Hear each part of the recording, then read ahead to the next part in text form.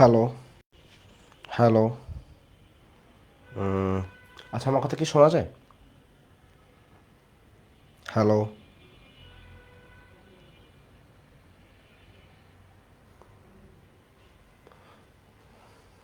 আচ্ছা, আমাকে কেউ কি একটু বলবে যে আমার কথা শোনা যাচ্ছে কিনা?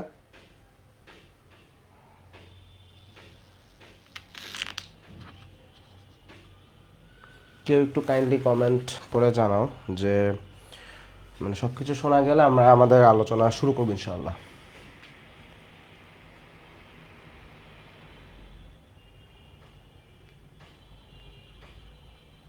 হ্যালো। আচ্ছা, সো আমরা একটু আহ, কয়েক সেকেন্ড আমরা একটু ওয়েট করব যেন বাকি সবাই যেন আসতে পারে।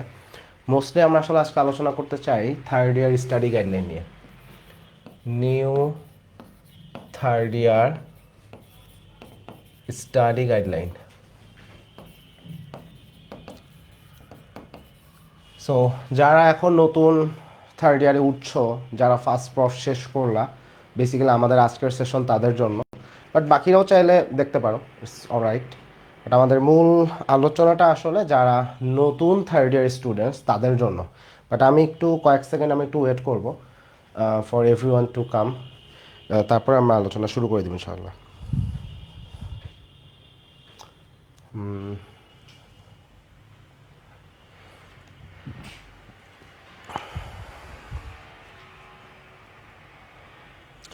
আচ্ছা, জাস্ট আমাকে জাস্ট একটু কমেন্ট করে জানালে খুব ভালো হয় যে সব কিছু ঠিকঠাক শোনা যাচ্ছে কিনা। যদি সাউন্ড সবার ঠিকঠাক শুনতে পাই তাহলে আমি মোটামুটি আলোচনা শুরু করে দিব।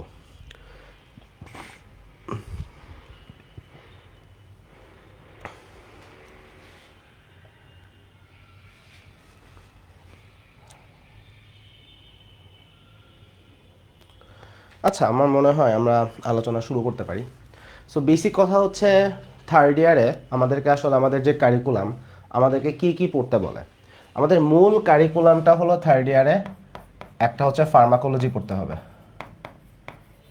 একটা হলো ফার্মাকোলজি পড়তে হবে, আর একটা হচ্ছে আমাদেরকে ফরেনসিক মেডিসিন পড়তে হবে, আর একটা হলো ফরেনসিক মেডিসিন। এটাকে অনেকে ফরমেড এইভাবে বলে বা ফরেনসিক বলে, বাট অ্যাকচুয়ালি ফরেনসিক মেডিসিন। আমাদের মূল কারিকুলামটা হচ্ছে আসলে ফার্মাকোলজি অ্যান্ড ফরেনসিক মেডিসিন।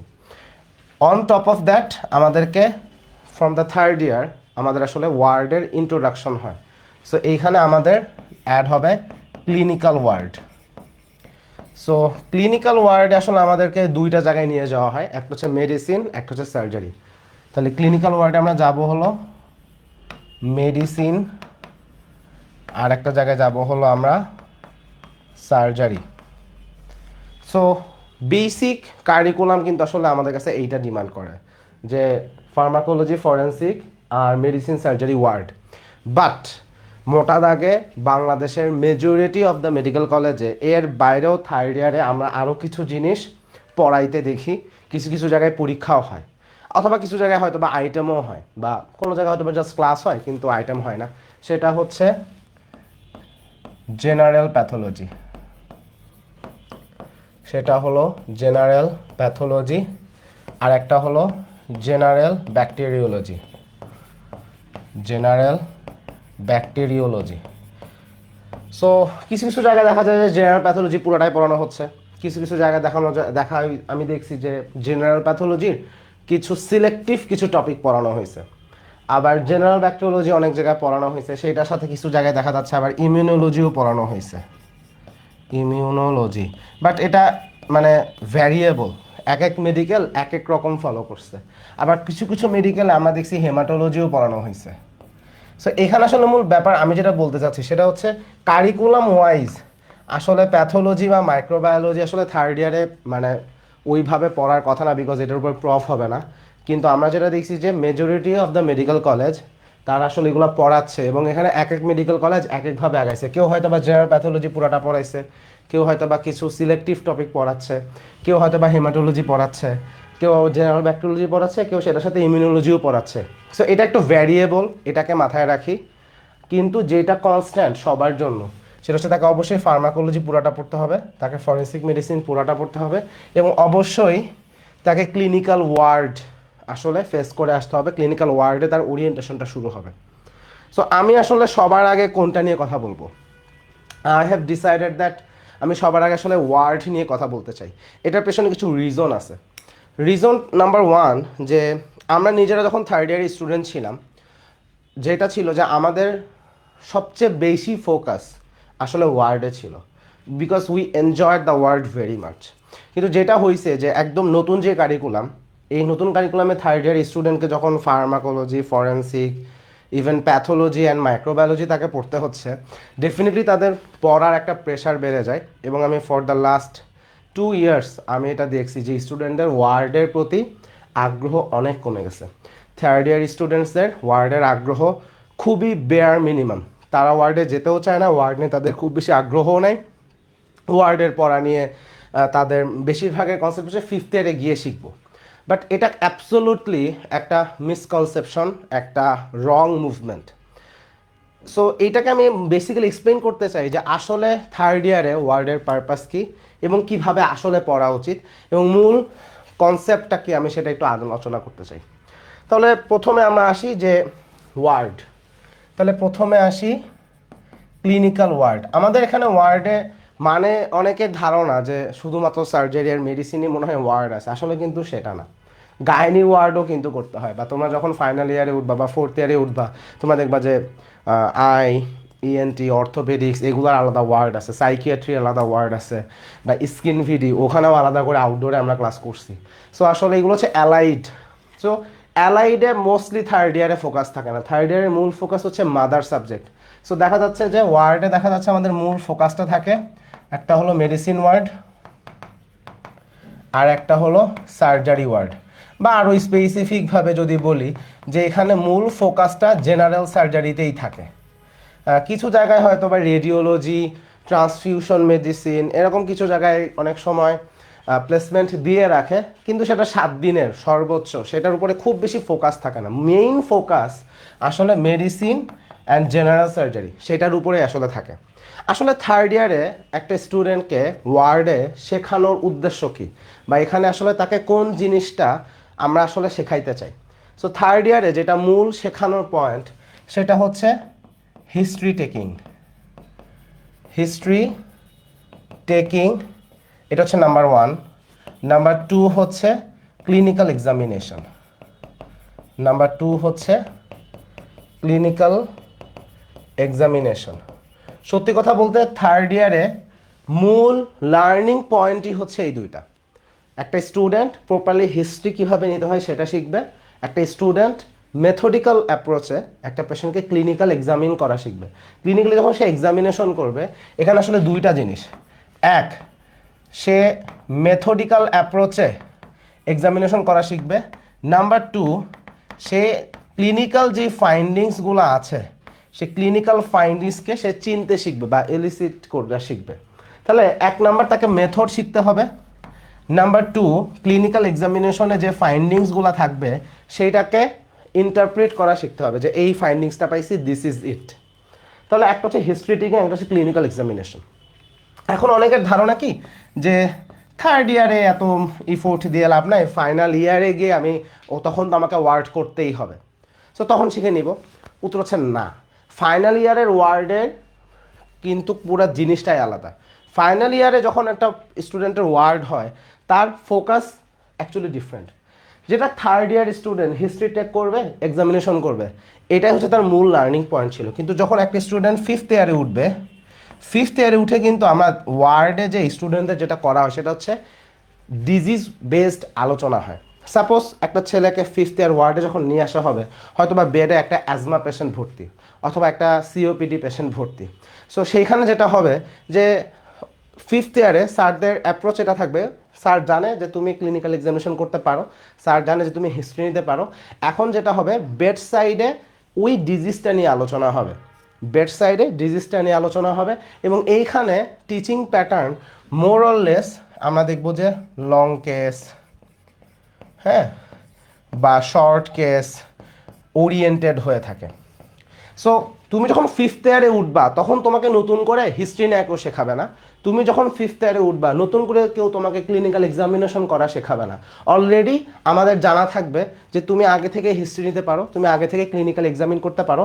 এখন তোমাকে পেশেন্ট দেওয়া হলো, এবার তুমি পেশেন্টের উপরে ক্লিনিক্যাল এক্সামিনেশন করে তুমি এটাকে বের করো। তোমার যে ক্লিনিক্যাল মেডিসিনের নলেজ থাকবে সেই ক্লিনিক্যাল মেডিসিনের নলেজের সাথে এই পেশেন্টকে দেখে কোরিলেট করে সেখানে তোমার লার্নিংটা আসবে।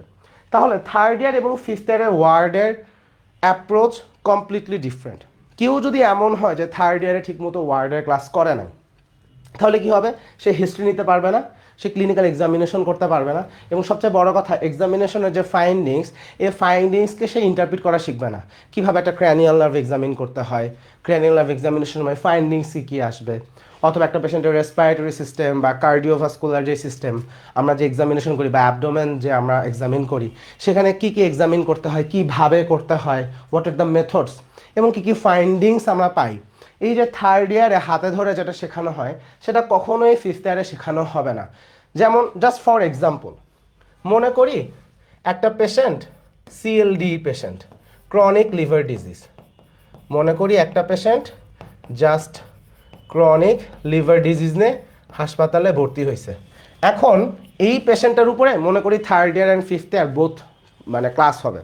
সো আমি বলি যখন এই পেশেন্টের উপরে 3rd ইয়ার ক্লাস করবে তখন 3rd ইয়ার ক্লাসে কি পড়ানো হবে?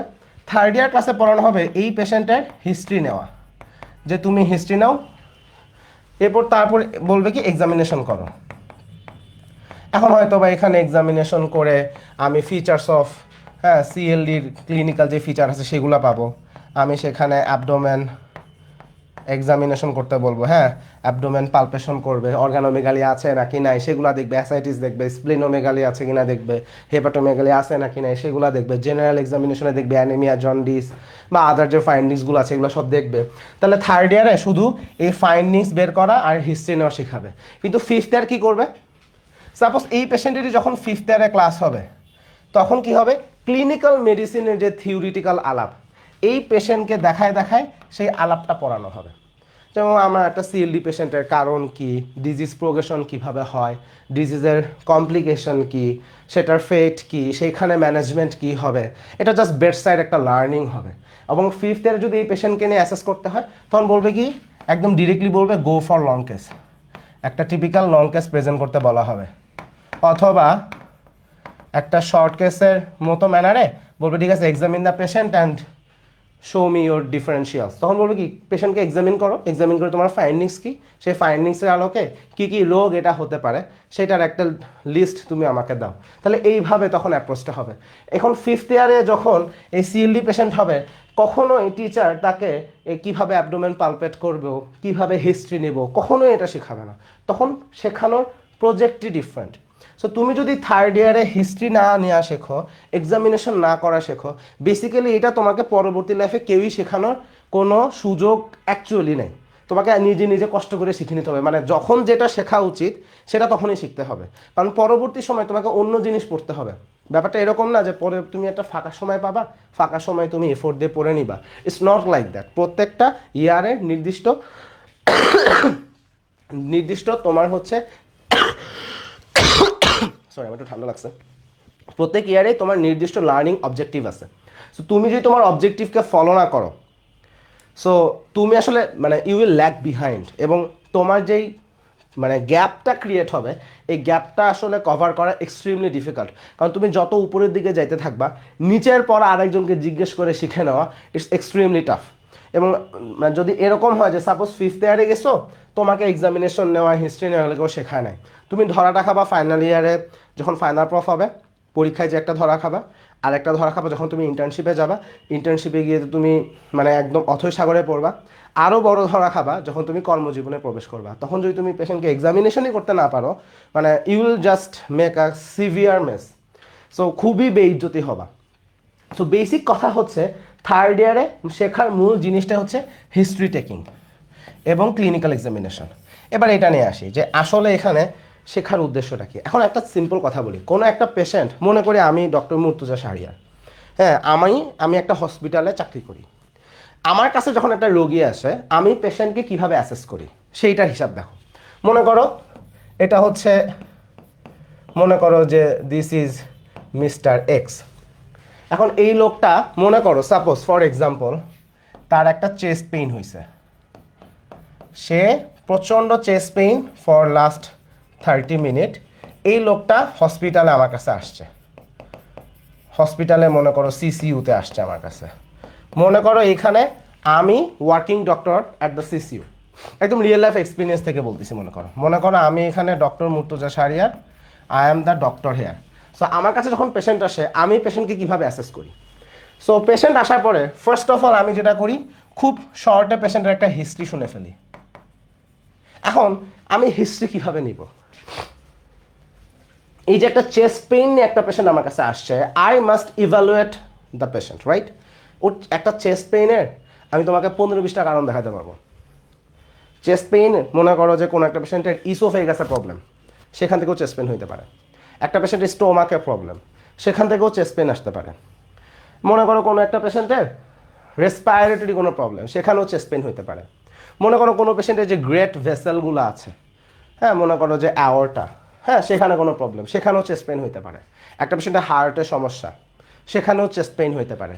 একটা পেশেন্টের রিবস অথবা এখানে যে মাসলগুলো আছে এখানে কোনো একটা প্রবলেম হয়েছে, সেখান থেকেও চেস্ট পেইন হইতে পারে। তুমি দেখো একটা পেশেন্ট এমনও হইতে পারে যে পেশেন্টের জাস্ট মানসিকভাবে একটা শকিং নিউজ আসার পরে সে প্রচণ্ড বুকে ব্যথা ফিল করতেছে। তাহলে তুমি দেখো যে একটা চেস্ট পেইনের হাজার রকম কারণ আছে। ইনফ্যাক্ট একটা পেশেন্টের মনে করো যে suppose some sort of cancer হয়েছে, বা মনে করো ব্লাড ক্যান্সার, মানে বাংলা কথা বললাম আর কি। এখানেও কিন্তু তুমি সামটাইমস পেশেন্ট চেস্ট ডিসকমফোর্ট নিয়ে আসতেই পারে,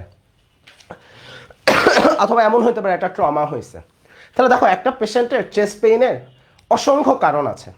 এখন এই যে পেশেন্ট আমার কাছে 30 মিনিটসের চেস্ট পেইন নিয়ে আসছে, আমাকে তো সঠিক প্রশ্ন করে আগে ধরতে হবে তার ডিজিজটা কী সমস্যা। কারণ সিসিইউ মানেই যে সবসময় চেস্ট পেইনের কারণ যে heart attack, it's not like that. Chest পেইনের আমি অনেকগুলো রিজনে পেশেন্ট আমার কাছে আসতে পারে। যেমন আমি জাস্ট তোমাকে মানে ফর এক্সাম্পল আমি বলি, মনে করো জাস্ট অ্যারিথমিয়া। দেখো অ্যারিথমিয়া নিয়েও পেশেন্ট আমাদের কাছে সিসিইউতে আসতে পারে, হার্ট অ্যাটাক নিয়ে আসতে পারে, অথবা অ্যাকিউট করোনারি সিনড্রোম নিয়ে আসতে পারে, অথবা হয়তো বা সিম্পল একটা অ্যানজাইনা হইতে পারে। অনেক সময় এমনও হয়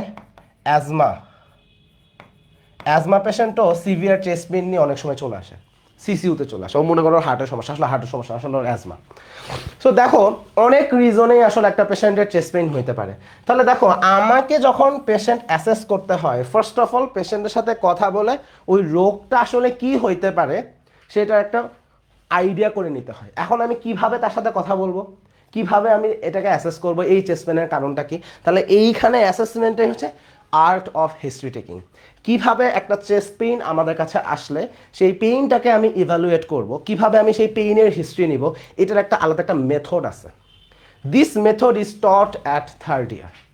তাহলে হিস্ট্রি টেকিং এই নলেজটা আমার পেশেন্ট রিসিভ করার সময় for the very first time আমার কাজে লাগবে। এখন মনে করি এক্সামিনেশন করছি, সরি হিস্ট্রি নিছি, হিস্ট্রি নিয়ে আমার কাছে মনে হচ্ছে okay this is a case of myocardial infarction. মনে করো আমার আসলে এটাই মনে হচ্ছে। এখন দেখো মায়োকার্ডিয়াল ইনফার্কশনে শুধু যে পেশেন্টের হার্ট অ্যাটাকই হয় তা না, এখানে আরও কমপ্লিকেশন থাকতে পারে। এটার কমপ্লিকেশনেও অ্যারিথমিয়া অ্যারাইজ করতে পারে,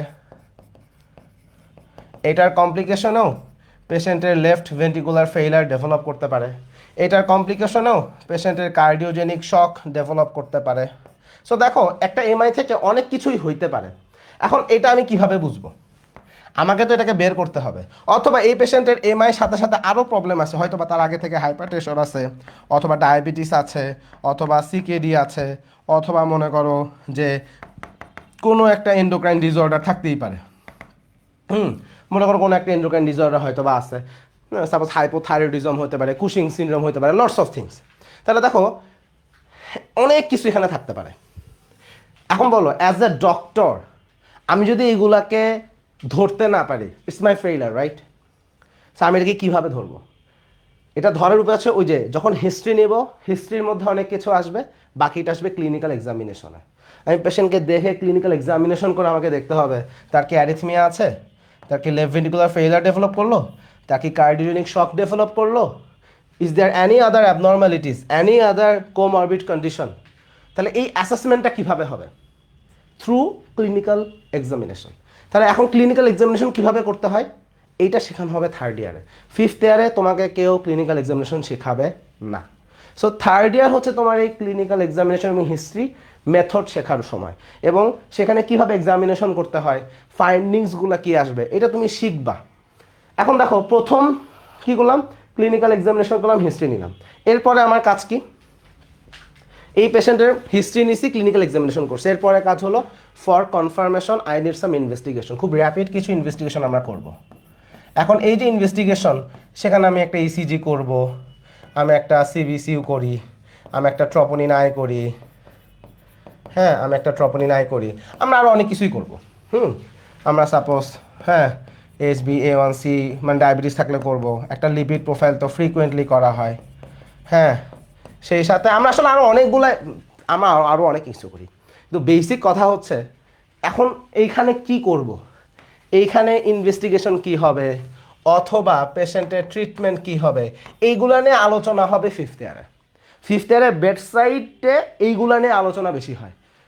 সো পুরো ডিজিজ প্রসেস কি, পেশেন্ট সামনে দেখা, এগুলো পড়ানো হয়। সো ফিফথ ইয়ারের পড়া completely different. But what about third year? Third ইয়ারে তো হিস্ট্রি টেকিং অ্যান্ড এক্সামিনেশনটা শেখানো হয়। এখন তুমি যদি হিস্ট্রি টেকিং না পারো, এক্সামিনেশন না পারো, বেসিক্যালি তুমি সামনের দিনে যে জাস্ট ধাক্কা খাবা। তুমি তুমি তো আসলে ডাক্তার হইতে আসো, সো তোমাকে তো প্র্যাকটিক্যালি কাজ করতে হবে। So if you can't take a history, if you can't clinically examine a person methodically, how you are supposed to মানে be a doctor and perform accordingly? So তুমি তো পারবা না আসলে। সো এই হিস্ট্রিটা শেখার জায়গাটা হলো থার্ড ইয়ার। ক্লিনিক্যাল এক্সামিনেশনে শিখতে হবে থার্ড ইয়ারে। সো এখানে তোমাকে থার্ড ইয়ার আসলে এক্স্যাক্টলি কী শিখতে হচ্ছে তাহলে? তোমাকে থার্ড ইয়ারে শিখতে হবে যে মেথডিক্যাল ম্যানারে হিস্ট্রি নেওয়া। তাহলে হিস্ট্রি নেওয়ার একটা মেথডিক্যাল অ্যাপ্রোচ আছে। যেমন খুব একটা ইন্টারেস্টিং একটা মজার কাহিনী বলি, মানে কাউকে ছোটো করার জন্য না। দেখো থার্ড ইয়ারে যখন স্টুডেন্টকে হিস্ট্রি নিতে বলা হয়, বেসিক্যালি স্টুডেন্টরা কী করে, চাচা আপনার নাম কি, চাচা আপনার বাসা কোথায়, কোথা থেকে আসছেন, কবে আসছেন, কি সমস্যা, এই একটা কথা শেষ। কি সমস্যা? বুকে ব্যথা। বুকে ব্যথা। আমি আমি একটা মেডিকেল কলেজে সিএ ছিলাম, তো তখন হচ্ছে third year, fourth year, fifth year কম বেশি সবারই মানে ওয়ার্ড ফাইনাল পরীক্ষা আমি পার্টিসিপেট করছি, আমি থাকছি, আমি দেখছি।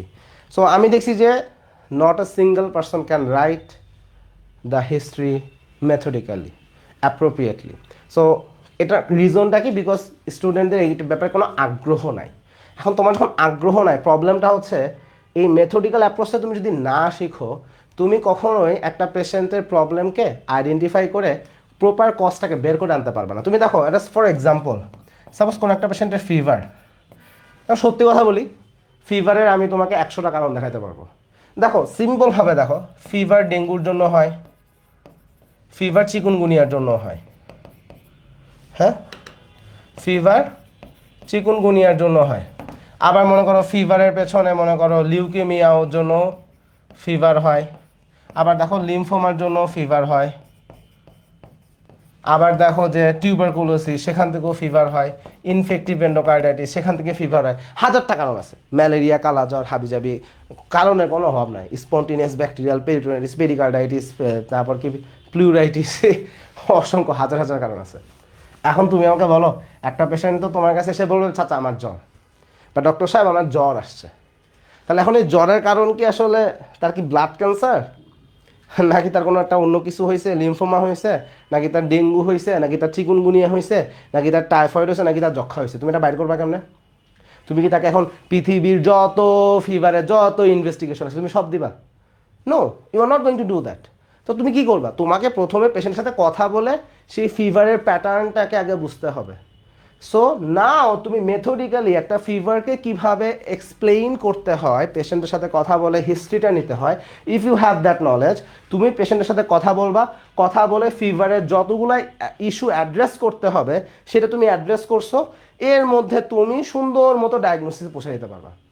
99%, 99 বেশি বলা হয়, যে অ্যারাউন্ড 90% টাইম একটা প্রপার হিস্ট্রি টেকিংয়ের মাধ্যমে তুমি ডিজিজ ডায়াগনোসিস করা পসিবল। সত্য কথা, এটা আমার কথা না, আমার স্যারদের কথা। এবং আমি আমার ছোট্ট ডাক্তারি জীবনে আমি এটাই বলবো যে আসলেই একটা প্রপার হিস্ট্রি নেওয়ার মাধ্যমে অ্যারাউন্ড 90% টাইমস একটা ডায়াগনোসিস করা যায়, একদম কমপ্লিট ডায়াগনোসিস।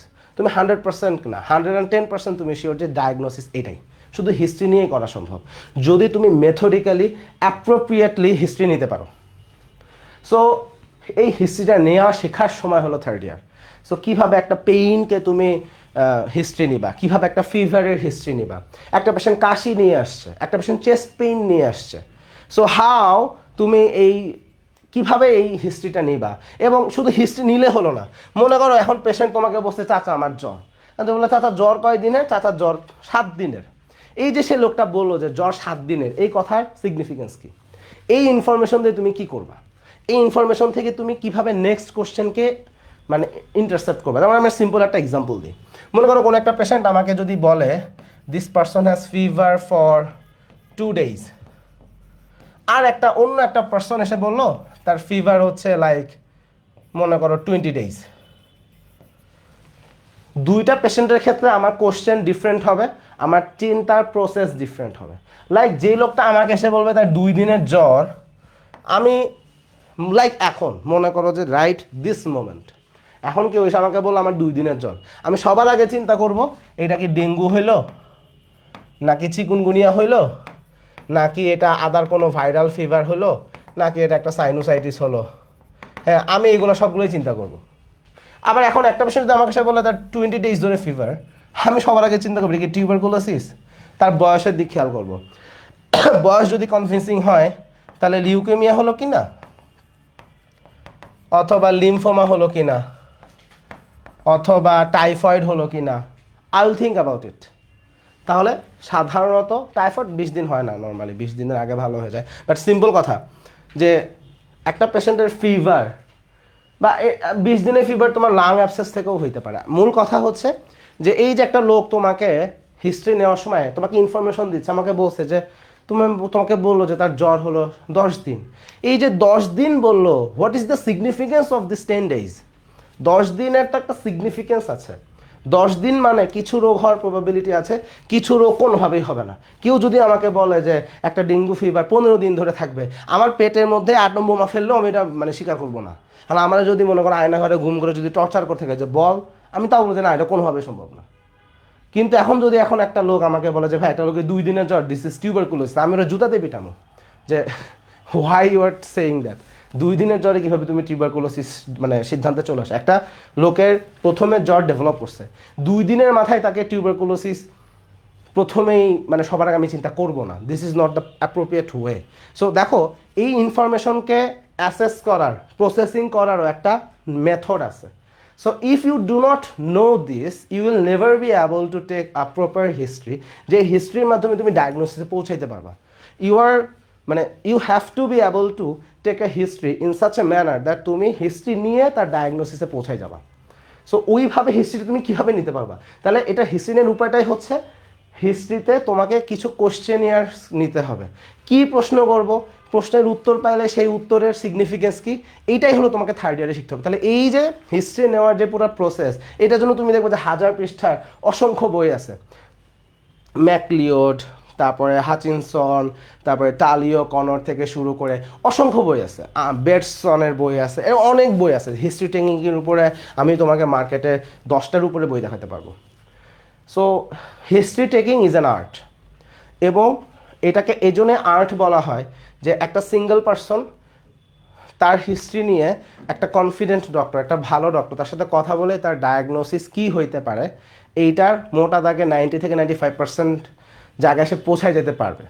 আর যে লোকটা আসলে জানে না কীভাবে নিতে হয়, he will never be able two do that. So তুমি জাস্ট ইনভেস্টিগেশন দিয়ে হাতড়ায় রোগ খোঁজার চেষ্টা করবা। আচ্ছা দেখি তো এই টেস্টটা দেখি কী হয়, ওই টেস্টটা দিয়ে দেখি কী হয়। This is not how medical science work. এইভাবে আমরা ডাক্তাররা কাজ করি না। সো এইটা তোমার তো জাস্ট বেসিক মানে তুমি যে পেশেন্টকে ডিল করবা, তোমার জাস্ট বেসিক ইন্ট্রোডাকশনই আসলে এখান থেকে শুরু হচ্ছে। সো তুমি যদি এগুলো না শিখো, তুমি এটাকে কেমনেই করবা।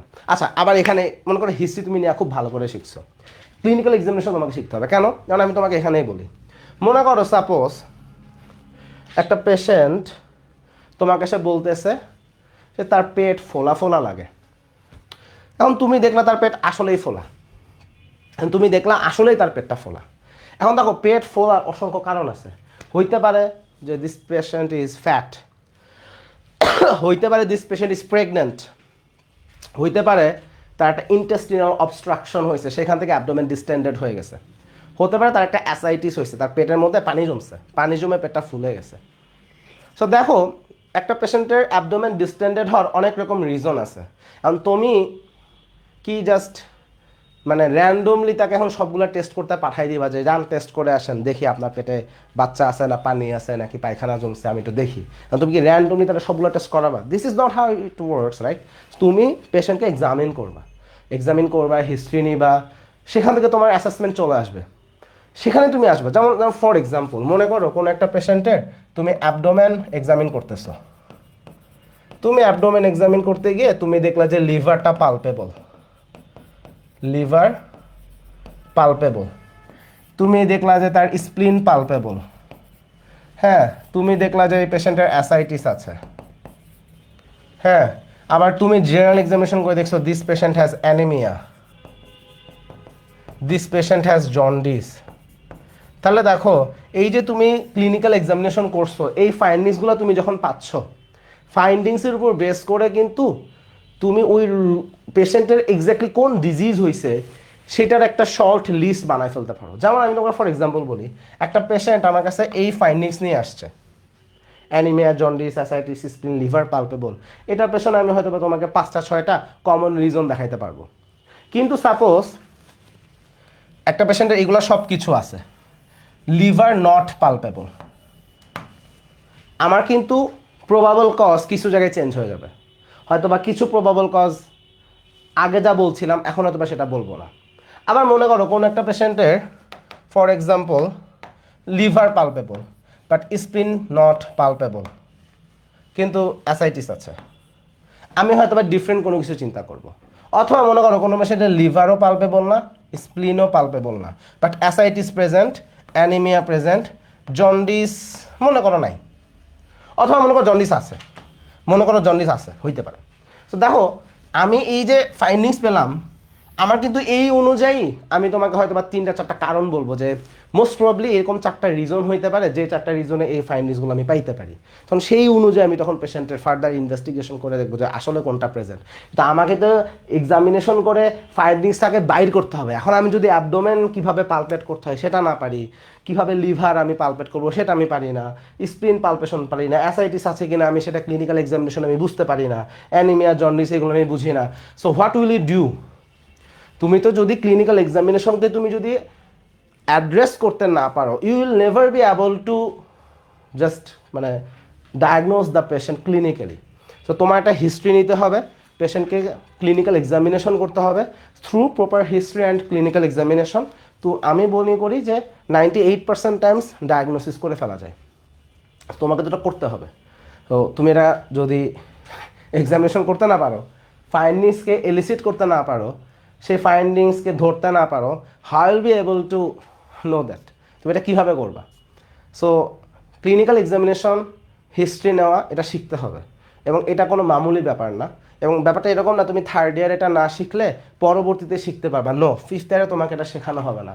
5th ইয়ারে আমরা ডিজিজ নিয়ে আলোচনা করবো, 5th ইয়ারে বেডসাইডে ডিজিজ নিয়ে আলোচনা করা হবে, because we have thousands of disease, right? We have thousands of disease. Like তুমি মেডিসিনে ক্যারিয়ার করতে চাও, তুমি মেডিসিনে অ্যাটলিস্ট কয়েক হাজার ডিজিজ তোমাকে পড়তে হবে। তুমি সার্জারিতে ক্যারিয়ার করতে চাও, সার্জারিতে কয়েক হাজার ডিজিজ আছে। গাইনিতে ক্যারিয়ার করতে চাও, গাইনিতে হয়তো বা few couple of hundreds disease হয়তো বা আছে। তো তোমাকে তখন ওইগুলো নিয়ে করতে হবে। সো তোমাকে এক্সামিনেশন করা শেখাবে কে? থার্ড ইয়ারে তোমাকে শেখাবে। তুমি যদি এক্সামিনেশন করতে না পারো, হিস্ট্রি নিতে না পারো, তুমি প্রথমেই আটকে যাবা, পরের ধাপ তো পরের কথা। সো এটা শেখার সময় থার্ড ইয়ার এবং থার্ড ইয়ারে শিখতে হবে। এবং এগুলো শেখার জন্য যে বইগুলোকে সাজেস্ট করা হয়, ইউজুয়ালি আমরা এখানে আসলে মাল্টিপল বই পড়তে হয়, বাট এই বইটা থার্ড ইয়ার ছাড়া আর কখনোই পড়ার সময় নেই, ট্রাস্ট মি।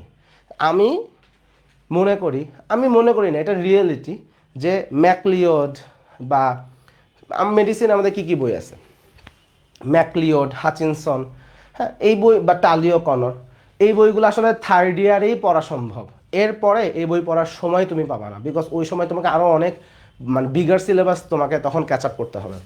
তারপর মনে করো সার্জারিতে নরম্যান ব্রাউজ আছে, হ্যামিল্টন বেইলি আছে, এস দাস আছে, ভট্টাচার্য আছে, অনেকগুলো বই আছে। সো মনে করো যে অ্যাটলিস্ট কেউ কিছু না পড়লেও আসলে তাকে এস দাস আর হচ্ছে হ্যামিল্টন বেইলি, নরম্যান ব্রাউজ এইগুলো আসলে কম বেশি পড়া লাগে।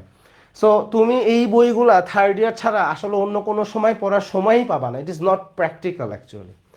সো তুমি থার্ড ইয়ারে যদি ওয়ার্ডে না যাও, পেশেন্ট না দেখো, হিস্ট্রি না নাও, ক্লিনিক্যাল এক্সামিনেশন না করো, এটা তোমার শেখার আর অপরচুনিটি অ্যাকচুয়ালি তুমি পাবা না। So third year is the best time to learn this things, যে তুমি হিস্ট্রি নেওয়া শিখছো, ক্লিনিক্যাল এক্সামিনেশন শিখছো। সো থার্ড ইয়ারের সবচেয়ে ইম্পর্ট্যান্ট পয়েন্ট আমার চোখে এইটা, যে ক্লিনিক্যাল ওয়ার্ড। তাহলে মেডিসিন এবং সার্জারি ওয়ার্ড সবচেয়ে ইম্পর্ট্যান্ট ইন মাই অপিনিয়ন। তাহলে এখন কথা হচ্ছে কীভাবে মেডিসিন ওয়ার্ডে কি কি বই পড়বো, কীভাবে যাব, সার্জারি ওয়ার্ডে কী করবো, এবার এটা নিয়ে কথা বলি। সো সবার আগে আসি মেডিসিন। দেখো মেডিসিন ওয়ার্ডে তোমাকে দুইটা জিনিস লাগবে বললাম, তাই না? সবার আগে বলি যে তুমি কিভাবে হিস্ট্রি টেকিং শিখবা। সো হিস্ট্রি টেকিং শেখার জন্য আসলে মাল্টিপল বই আসলে আছে, এবং এটা শুধুমাত্র একটা বই পড়লে শেখা যাবে তা না। You need a sir, like তোমার ক্লাসে তোমার স্যার তোমাকে পড়াচ্ছে, ইউ মাস্ট ফলো হিম। তোমার ওয়ার্ডে যে স্যার তোমাকে পড়াচ্ছে, ইউ মাস্ট ফলো হিম। তোমার স্যার তোমাকে যেটা পড়াবে সে তোমাকে গাইড করবে। এটা শুধুমাত্র হিস্ট্রি টেকিং এমন একটা জিনিস বা ক্লিনিক্যাল এক্সামিনেশন এমন একটা জিনিস, এটা একা একা শেখা যায় না আসলে। You must need a mentor, you must need a teacher, যে তোমাকে এটা হাতে ধরে দেখাই দিবে, যে তোমাকে গাইড করবে যে আসলে এইভাবে জিনিসটা দেখতে হয়। সো অবশ্যই তোমাদের যে ক্লিনিক্যাল ওয়ার্ডের যে ক্লাসগুলো হয়, তুমি যদি ক্লাসগুলো না করো তুমি এটা কীভাবে শিখবা? মনে করো যে ফর এক্সাম্পল তুমি আমার ক্লাসে পড়তেছো, তুমি মেডিসারকে ক্লাস করতেছো ফর এক্সাম্পল, তুমি হয়তো বা এখান থেকে হিস্ট্রি টেকিংটা শিখবা, হয়তো বা ক্লিনিক্যাল এক্সামিনেশনের থিওরিটিক্যাল কিছু আলাপ শিখবা, বাট হাতে ধরে তো আমি তোমাকে এক্সামিনেশন অনলাইনে দেখাই দিতে পারবো না। ওটা তোমাকে পেশেন্টের পাশে গিয়ে, হসপিটালে গিয়ে, বেডের পাশে গিয়ে পেশেন্টের উপরে তোমাকে প্র্যাকটিস করে আসতে হবে। সো ওয়ার্ড এমন একটা জিনিস যেটা তোমাকে ওয়ার্ডে গিয়ে শিখতে হবে। এটা অনলাইন রিসোর্স, বই, yes this will be helpful, but it is not complete. তোমাকে নিজে হসপিটালে যাইতে হবে। সো দেখো হিস্ট্রি টেকিং আর একটা কি, clinical examination. Clinical examination, so এইগুলো শেখার জন্য আসলে আমি পার্সোনালি কিছু বই সাজেস্ট করি। যেমন এক নম্বরে ডেফিনেটলি ম্যাকলিওডের নাম আসবে, এক নম্বরে অবশ্যই ম্যাকলিওডের নাম আসবে। হাচিনসনের নাম আমি বলবো। আরেকটা বইয়ের নাম আমি বলবো, সেটা হচ্ছে টালি ও কনর। টালি ও কনর এই বইটা আসলে খুব বেশি একটা প্র্যাকটিসড হয় না, but this book is a মানে এক্সেলেন্ট বুক। আমি তোমাদেরকে বলি এক্সেলেন্ট একটা বই, মানে টালি ও কনর কেউ যদি পড়ো, হিস্ট্রি টেকিংয়ের তার একটা আমি বলবো যে খুব ভালো একটা কনসেপ্ট এখান থেকে তৈরি হওয়া সম্ভব। ম্যাকলিওড তো এটা মানে খুব ভালো বই। হাচিনসনটাকে আমি মনে করি যে ক্লিনিক্যাল এক্সামিনেশনের মেথড শেখার জন্য খুবই ভালো বই। সো হাচিনসনকে আমি বলবো যারা ক্লিনিক্যাল এক্সামিনেশন মেথডিক্যালি শিখতে চাও, গো ফর হাচিনসন। ম্যাকলিওডটা আসলে একটা সুন্দর বই, কনসাইজ একটা বই, এটাও পড়া উচিত। আমি বলবো যে ম্যাকলিওড অ্যান্ড হাচিনসন দুইটা মিলাই পড়লে একটা ভালো একটা আইডিয়া তৈরি হয়, এবং এখানে তুমি পেশেন্টের সিমটম সেটা অ্যানালাইসিস করা শিখবা। একটা পেশেন্ট যখন তোমাকে হিস্ট্রি দিবে, হিস্ট্রিতে কোন কথার মানে কি, কোন সময় পেশেন্টকে কি জিজ্ঞাসা করতে হবে, you will find everything in this book. টালিও কর্নারও সেম, এখানেও তোমাকে হাতে ধরে এই জিনিসগুলো ওরা দেখায় দেয়, ওরা বলে দেয় যে এক্স্যাক্টলি এই প্রশ্ন করতে হবে, এই প্রশ্নের সিগনিফিকেন্স এইটা, পেশেন্টের উত্তর দেখে সেইটা থেকে তুমি কি বুঝবা, ইউ উইল নো এভরিথিং। তাহলে এই বইগুলো তুমি পড়তে পারো। হ্যাঁ, এখন কোন বই কিনবা? আমি বলবো যে ম্যাকলিওডটা কিনতেই হবে। হাচিনসন চেষ্টা করো কিনতে, কিনতে না পারলে লাইব্রেরি থেকে পড়ো। টালিও কর্নার পিডিএফ পাওয়া যায়, পিডিএফ দেখো, but go for this books. এর বাইরে থার্ড ইয়ারে মানে কমন কোশ্চেন, আবদুল্লাহ স্যারের বই দেখবো নাকি দেখবো না? আবদুল্লাহ স্যারের শর্ট কেসের বই আছে, আবদুল্লাহ স্যারের লং কেসের বই আছে। To be very honest, Abdullah স্যারের শর্ট কেস লং কেসের বই আমি থার্ড ইয়ারে খুব বেশি একটা রিকমেন্ড করতে চাই না, এটা ফিফথ ইয়ারের জন্য অ্যাপ্রোপ্রিয়েট। বাট কেউ যদি আউট অফ মানে কিউরিওসিটি পড়তে চাই, আব্দুল্লাহ স্যারের শর্ট কেস বইটা চাইলে দেখা যেতে পারে। আব্দুল্লাহ স্যারের শর্ট কেস বইটা খুবই সুন্দর একটা বই, বাট এটা 5th ইয়ারের জন্য আমি মনে করি বেশি অ্যাপ্রোপ্রিয়েট। 3rd ইয়ারে আব্দুল্লাহ স্যারের শর্ট কেস বই পড়াটা সবাই হয়তোবা বুঝবে না, হয়তোবা যারা খুব ভালো স্টুডেন্ট তাদের জন্য হেল্পফুল হবে, বাট আমি সবসময় রিকমেন্ড করি যে এটা আসলে ফাইনাল ইয়ারের বই। 3rd ইয়ারে আসলে যেটাতে আসলেই পড়া উচিত ম্যাকলিওড, হাচিনসন, টালিও কনর, সর্বোচ্চ এইগুলো। এরবারে আরও কিছু ক্লিনিক্যাল এক্সামিনেশনের বই আছে, চাইলে তুমি লাইব্রেরিতে পাইলে ঘেটে দেখতে পারো।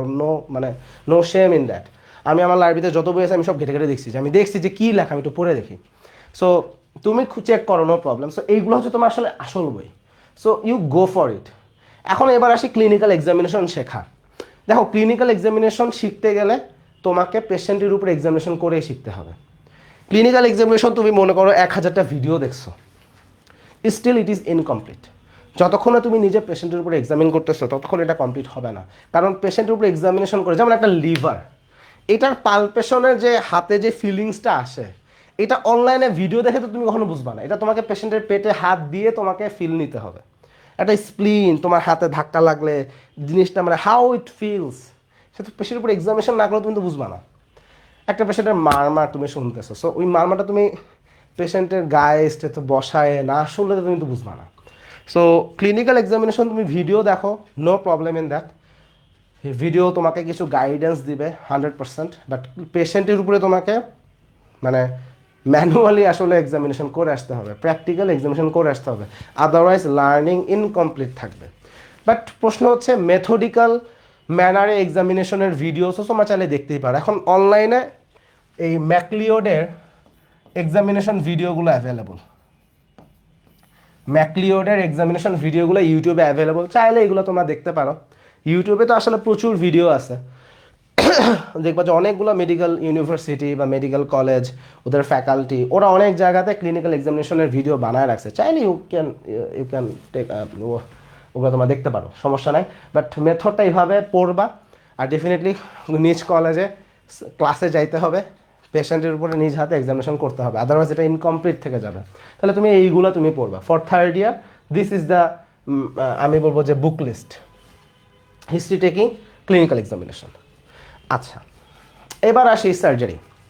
সার্জারি ওয়ার্ডের ক্ষেত্রে একটা ইন্টারেস্টিং ব্যাপার হচ্ছে, আমরা রেগুলার টাইমে সার্জারি ওয়ার্ডে গেলে সবসময় ফাইন্ডিংস ওয়ালা পেশেন্ট পাবো না সব জায়গায়। কারণ কি, মনে করো সাপোজ ফর এক্সাম্পল কোনো একটা পেশেন্টের অ্যাকিউট অ্যাপেন্ডিসাইটিস ডেভেলপ করছে, মনে করো, হ্যাঁ, এই পেশেন্ট যখন হসপিটালে আসে, এই পেশেন্ট সত্যি কথা হচ্ছে যে উইদিন 12 আওয়ার্স ম্যাক্সিমাম টাইম তার সার্জারি হয়ে যায়। যেই পেশেন্ট অ্যাকিউট অ্যাপেন্ডিসাইটিস নিয়ে আসছে একটা মেডিকেল কলেজে যখন আসে, মেজরিটি অফ দ্য টাইম 12 ঘন্টার মধ্যে তার সার্জারি হয়ে যায়। এখন মনে করো যে অ্যাকিউট অ্যাপেন্ডিসাইটিস 3rd ইয়ারের ব্রুশিয়ারে আছে, এটা তুমি এখন ওয়ার্ডে গিয়ে দেখতেছো, তুমি যেই মুভমেন্টে পেশেন্ট দেখবা ততক্ষণে তার সার্জারি হয়ে গেছে। তাহলে দেখো এই পেশেন্ট আসলে কিভাবে প্রেজেন্ট করে, এটা লাইভ একটা এক্সপিরিয়েন্সের একটা ব্যাপার আছে। সার্জারিতে before surgery and after surgery the findings are completely different. আমার মনে করো যে সাপোজ একটা পেশেন্টের পারফোরেশন হয়েছে, মনে করো একটা পেশেন্টের পারফোরেশন হয়েছে, এই পেশেন্ট তো আমি বলবো যে উইদিন 6 আওয়ার তুমি দেখবা যে সার্জারি হয়ে যাচ্ছে, অ্যাজ আর্লি অ্যাজ পসিবল, রাত 2টা 3টা 4টা এনি মোমেন্ট। আমি নিজে ইন্টার্নশিপের সময় পারফোরেশনের সার্জারি এই রাত 2টা 3টার সময় বসে বসে করছি। হ্যাঁ, মানে করছি মানে আমি অ্যাসিস্ট করছি, আমি নিজ হাতে করছি এটা না, মানে I was the part of A team. Surgery কখনোই সিঙ্গেল পার্সন করে না, একটা টিম নিয়ে করে। সো ইন্টার্নদেরকে থাকতে হয়। সো রাত 2টা 3টা এনি টাইম। বাট কাহিনী হচ্ছে যে এই পেশেন্টগুলোকে বসায় রাখা হয় না।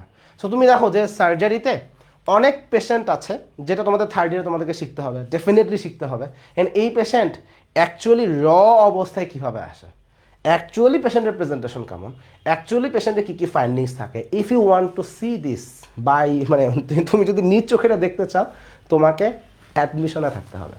তাহলে তোমাকে সার্জারি এগুলো শিখতে গেলে সার্জারির অ্যাডমিশনে থাকতে হবে। অ্যাকচুয়ালি আমি মনে করি যে মেডিসিনের অ্যাডমিশনেও স্টুডেন্টের থাকা উচিত, বাট সার্জারি অ্যাডমিশনে না থাকলে কিছু লার্নিং কখনোই কমপ্লিট হবে না। যেমন একটা বয়েল, একটা অ্যাবসেস, একটা লাম্প, এইগুলো তো পেশেন্ট আসলে ভর্তিও হয় না, আউট পেশেন্ট ডিপার্টমেন্টে আসে, আউট পেশেন্টে সার্জারি হয়ে যায় বা ইমার্জেন্সি সার্জারি হয়ে যায়, আমরা ইওটি বলি। যেমন আমি যখন ইন্টার্ন ছিলাম আমাদের ইওটি শুরু হইতো, আমাদের ইউনিটে 4 PM এর পরে ইওটি শুরু হইতো। এখন এরপরে যেটা হইতো যে সাপোজ অ্যাবসেস, বয়েল, আলসার, হাবিজাবি যা কিছু আছে, হ্যাঁ, ডাইরেক্ট ইওটিতে আসতো, আমরা ওখানে যা করার করে বাড়ি চলে যায়, ওই পেশেন্ট ভর্তিই হয় না। এখন তোমার কিন্তু আলসার, তারপরে অ্যাবসেস, হ্যাঁ, এই ধরনের যা হাবিজাবি যা কিছু আছে এগুলো কিন্তু তোমার কিন্তু সিলেবাসে আছে। এখন তুমি যতই বই পড়ো, তুমি যদি পেশেন্টটা খালি চোখে না দেখো, প্রপার লার্নিংটা হবে না। এখন তুমি কখন দেখতে পারবা? তোমাকে সার্জারি অ্যাডমিশনে যাইতে হবে, অ্যাডমিশনে গিয়ে বসে থাকতে হবে, একদিন গেলে হবে না, মাল্টিপল ডেজ তোমাকে থাকতে হবে। সো এই দেখো সার্জারি অ্যাডমিশনে প্লেসমেন্ট থাকে যে ওয়ার্ডে অ্যাডমিশন হবে, অ্যাডমিশনে তোমরা থাকবা। আমি জানি মেজরিটি যায় না, থাকে না। এখন ব্যাপারটা তো এরকম না যে তুমি গেছো সারাক্ষণ ধরে লাইন ধরে আলসারের পেশেন্ট দাঁড়া থাকবে, নো, এটা একটা লম্বা সময়ের মধ্যে একটা দুটো পেশেন্ট হয়তো আসতে পারে বা আরও বেশি পেশেন্ট আসতে পারে, depending on the location of the area, যে কোন জায়গায় তুমি আসো, কোন মেডিকেলে পড়তেছো, এভরিথিং অনেক কিছু ডিপেন্ড করে। বাট তোমাকে তো সেটা সময় দিতে হবে। সো অ্যাডমিশনে তোমাকে থাকতে হবে এবং ওয়ার্ডেও যাইতে হবে, কারণ কিছু পেশেন্ট তুমি ওয়ার্ডে পাবা। যেমন একটা পেশেন্টের কার্সিনোমা স্টোমাক, একটা পেশেন্টের ইন্টেস্টিনাল অবস্ট্রাকশন, একটা পেশেন্টের কোলেসিস্টাইটিস, একটা পেশেন্টের প্যানক্রিয়াটাইটিস, তুমি তাদেরকে ওয়ার্ডে গেলে পাবা। আবার কিছু পেশেন্ট আছে ওয়ার্ডে গেলে পাবা না, বাট তোমার সিলেবাসে আছে এবং তোমাকে আসলে শিখতে হবে। তো সেটা তুমি কীভাবে শিখবে? তোমাকে অ্যাডমিশনে গিয়ে শিখতে হবে। সো তোমার আসলে সার্জারি ওয়ার্ডে মানে তোমাকে রেগুলার ওয়ার্ডেও যাইতে হবে, তোমাকে অ্যাডমিশনেও যাইতে হবে এবং ওটিতেও যাইতে হবে। এখন ওটিতে পোলাপান যেটা করে, ওটি ড্রেস পরে যায়, ওটি হয়, ছবি তোলে, ভিডিও করে, চলে আসে।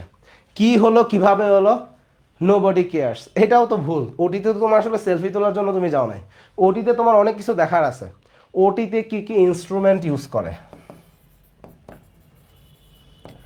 ওটিতে কিভাবে তুমি দেখবা যে অ্যাসেপসিস মেনটেন করা হয়, কিভাবে সেইখানে স্টেরিলাইজেশন মেনটেন করে, হ্যাঁ, স্টেরিলাইজেশন কিভাবে মেনটেন করা হয়, হ্যাঁ, কীভাবে একজন গাউন পরতেছে, কিভাবে হ্যান্ড গ্লাভস পরতেছে, হ্যাঁ, কোন কোন সুচার ম্যাটেরিয়াল ইউজ করে, হ্যাঁ, এগুলো সব তোমার জাস্ট একটা তোমাকে এগুলো দেখতে হবে, কিভাবে ওটিটা হচ্ছে, এগুলো দেখার একটা অবজারভেশনের একটা ব্যাপার আছে।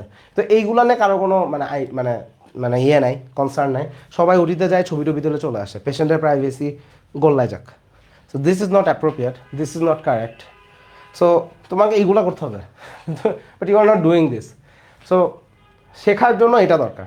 এবং সার্জারি, আমি একটা কথা বলি, সার্জারি শুধুমাত্র বই পড়ে শেখা কোনোভাবেই সম্ভব না, মেডিসিন শুধুমাত্র বই পড়ে শেখা কোনোভাবেই সম্ভব না।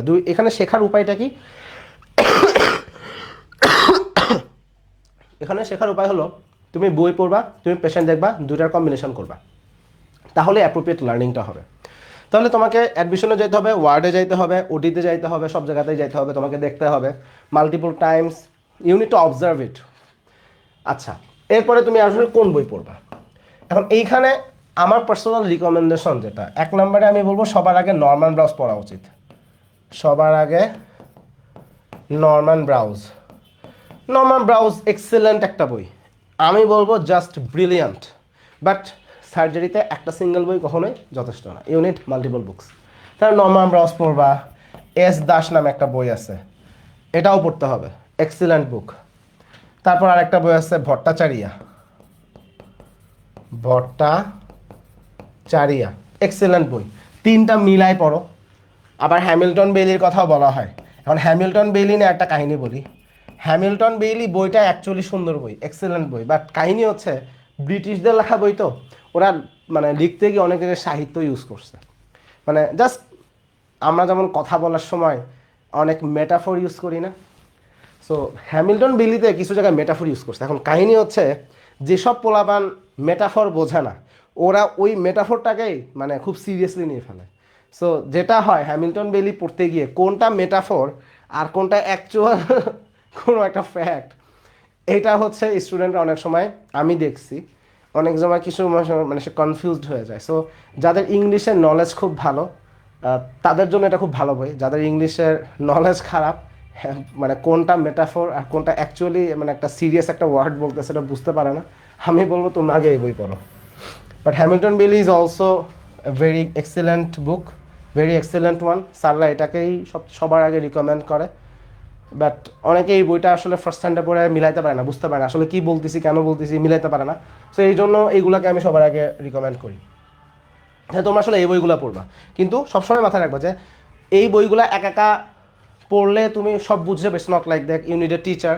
ওয়ার্ডে তোমার স্যার তোমাকে কীভাবে বলতেছে সেটা বুঝতে হবে। কারণ দেখো, ক্লিনিক্যাল সাবজেক্ট কখনোই পেশেন্ট না দেখে পুরোপুরিভাবে আত্মস্থ করা, ভিজুয়ালাইজ করা, সেই জিনিসটাকে বোঝা সম্ভব না। তোমাকে পেশেন্ট দেখতে হবে। কারণ ওই পেশেন্ট দেখে তুমি কি দেখবা? তুমি তো দেখতেছো একটা পেশেন্ট শুয়ে আছে, তো ওই পেশেন্টের অ্যাকচুয়াল ফাইন্ডিংস কি এইটা তোমাকে কেউ একজন হাত ধরে দেখাই দিবে, তখনই তুমি এটা দেখা শিখবা। So you need a teacher actually. So ওয়ার্ডে ক্লাস এই জন্য ম্যান্ডেটরি। তুমি যদি ওয়ার্ডে ক্লাস না করো বাবা, তোমার এগুলো দেখাবে কে, বুঝাবে কে, শিখাবে কে? তুমি কিছুই বুঝবা না, তুমি খালি গরুর মতো মুখস্থ করে যাবা। হ্যাঁ, পরীক্ষার হলে মুখস্থ বলেও দিয়ে আসতে পারবা, বাট অ্যাকচুয়ালি তোমার ক্লিনিক্যাল সেন্সই তৈরি হবে না। ক্লিনিক্যাল একটা সেন্স আছে, একটা প্রত্যেকটা ক্লিনিশিয়ানের একটা ক্লিনিক্যাল একটা সেন্স ডেভেলপ করে। এই সেন্স ডেভেলপ করাটা শুরু হয় হলো থার্ড ইয়ার থেকে। সো এটা তোমাকে তো ডেভেলপ করতে হবে। এখন দেখো, এতক্ষণ যা বললাম এটা হচ্ছে তোমার শেখাই একমাত্র না। তুমি যে হিস্ট্রি নেওয়া শিখছো, এক্সামিনেশন করা শিখছো, শিখে বসে থাকবা? নো, তোমাকে এটা প্র্যাকটিস করতে হবে। কিভাবে প্র্যাকটিস করবা? এখন প্র্যাকটিস হচ্ছে যে ইভিনিং পিরিয়ড, বিকালবেলা বা সন্ধ্যাবেলায় তুমি হসপিটালে যাবা। হসপিটালে গিয়ে র্যান্ডম পেশেন্ট সিলেক্ট করবা। র্যান্ডম পেশেন্ট সিলেক্ট করে তাদের সাথে কথা বলে হিস্ট্রি নিবা। তাদের সাথে কথা বলে হিস্ট্রি নেওয়ার পরে তাদেরকে এক্সামিন করবা। এক্সামিন করে তুমি দেখো তুমি কি পাও। এখন এটা হচ্ছে তোমার self adventure. I am not joking, I am too damn serious. এই কাজটা আমি নিজে করছি, এই কাজটা আমি আমার স্টুডেন্টদেরকে সবসময় রিকমেন্ড করছি। আমার এমনও স্টুডেন্ট আছে যে আমার কথা শুনে থার্ড ইয়ারে মোর দ্যান 1000 পেশেন্ট সে দেখছে, সে কথা বলছে, এক্সামিন করছে, হিস্ট্রি নিছে। পেশেন্টের সাথে কথা বলতে গিয়ে সে অনেক কিছু এক্সপ্লোর করছে, এবং অ্যাকচুয়ালি তাই। তো তোমাকে পেশেন্টের সাথে কথা বলা শিখতে হবে। কথা বলাও একটা আর্ট, চাইলেই কথা বলতে পারো। অনেকে পেশেন্টের সামনে যে হা করে তাকায় থাকো, কি বলবা কিছুই বুঝতেছো না। তো পেশেন্টের সাথে কথা বলার তো একটা ব্যাপার আছে। আবার দেখো যে এক এক মানুষের ল্যাঙ্গুয়েজ ব্যাপার স্যাপার আছে। মনে করো যে ফর এক্সাম্পল, নোয়াখালী রিজিয়নের মানুষ ঘাড়কে গেডি বলে, ঘেডি, ঘেডি না গেডি এরকম করে বলে। আমি হচ্ছে ফেনীতে চাকরি করতাম, ফেনীতে একদম মানে শুরুর দিকে এক পেশেন্ট আমার গেডিতে ব্যথা। আমি গেডিতে ব্যথা, গেডি কি জিনিস? পরে আমার পাশের জন বসতে ভাই গেডি মানে ঘাড়। আবার দেখো এক এক পেশেন্ট পেইনকে এক একভাবে ডিসক্রাইব করে। কেউ বলে আমার খুব দুঃখ লাগতেছে। আর দুঃখ মানে তুমি মনের দুঃখ বুঝলে হবে না, সে পেইনকে দুঃখ বলতেছে। সো দেখো, এক এক পেশেন্ট এক একভাবে তার প্রবলেমকে তোমাকে ডিসক্রাইব করবে। এক এক মানুষের ভাষা একরকম, জাস্ট টিপিক্যাল শুদ্ধ বাংলা ভাষা, অথবা তোমার টেক্সট বইতে তোমার যেরকম ইংরেজিতে লেখা আছে কলিকি পেইন, হ্যাঁ, তোমার ডাল একিং পেইন, এভাবে তো পেশেন্ট তোমাকে বলবেন এটা কলিকি পেইন। পেশেন্ট তোমাকে পেশেন্টের ভাষায় এক্সপ্লেন করবে। এখন তুমি ওটা কেমনে বুঝবা যে এই কথার মানে এইটা? তোমাকে তো পেশেন্টের সাথে কথা বলে সেটা বুঝতে হবে। বিকজ এইটা তোমার দায়িত্ব যে পেশেন্টের সাথে কথা বলে ইনফরমেশনটাকে গ্যাদার করা। এখন কেমনে তুমি গ্যাদার করবা? It's your skill. তো এই স্কিল তখনই ডেভেলপ করবে যখন তুমি অসংখ্য মানুষের সাথে কথা বলবা, অসংখ্য মানুষের সাথে কথা বলবা, অসংখ্য মানুষের উপর ক্লিনিক্যাল এক্সামিনেশন করবা। তখনই না তুমি ওই কাজে মাস্টার হবা। একটার কাজ অসংখ্যবার করার মাধ্যমে মানুষ সেটার উপরে, আমি বলবো যে স্কিল ডেভেলপ করে। একটা স্কিল এই না যে একবার করলাম স্কিলড হয়ে গেছি। No, this is not how skills are মানে অ্যাচিভড। স্কিল এভাবে অ্যাচিভ করা যায় না। স্কিল একটা কাজ অসংখ্যবার অ্যাপ্রোপ্রিয়েটভাবে, মেথডিক্যালভাবে করার মাধ্যমে ফ্লুয়েন্সি আসে, তখন স্কিল ডেভেলপ হয়। সো এই স্কিলটা তুমি তখনই অ্যাচিভ করতে পারবা যখন তুমি অসংখ্য পেশেন্টের উপরে সেটাকে অ্যাপ্লাই করবা, ট্রাই দিবা। হ্যাঁ, প্রথম দিকে ভুল হবে, মিস্টেক হবে, বাট ওই মিস্টেকটাকে অ্যাড্রেস করো, এইটা ভুল করছি, সেটাকে অ্যাড্রেস করার পরে সেটাকে কারেক্ট করো। এইভাবে তো তোমাকে চর্চার মাধ্যমে এটাকে কারেক্ট করতে হবে। সো তুমি শুধুমাত্র শিখলেই হবে না, তোমাকে এই প্র্যাকটিসটা করতে হবে। এবং এই প্র্যাকটিসটা তোমাকে নিজে থেকে নিজে নিজে গিয়ে করতে হবে। দল ভেদে গিয়ে এটা গেলে হবে না, এটা তোমাকে নিজে নিজে গিয়ে করতে হবে। হয়তো বা সর্বোচ্চ 2 জন একসঙ্গে যাইতে পারো, বাট অ্যাকচুয়ালি মানে তোমাকে একা একা যে নিজে থেকে পেশেন্টের সাথে কথা বলে এটাকে অ্যাচিভ করতে হবে। সো ইয়েস, তোমার এখানে সময় দিতে হবে। হ্যাঁ, এখন প্রত্যেক দিন পারবা না, ওকে, সপ্তাহে 2 দিন যাও। পুরো একটা বছর সপ্তাহে 2 দিন করে তুমি যে এক্সামিনেশন করতেছো, ট্রাস্ট মি, তুমি 1 বছর এই কাজটা করো, 1 বছর পরে তুমি নিজেই তোমার নিজের চেঞ্জ, তোমার নিজের কনফিডেন্স, নিজের স্কিল নিয়ে তুমি প্রাউড ফিল করবে ইনশাল্লাহ। তুমি নিজেই বুঝতে পারবা যে you are going somewhere, okay, you are doing it right.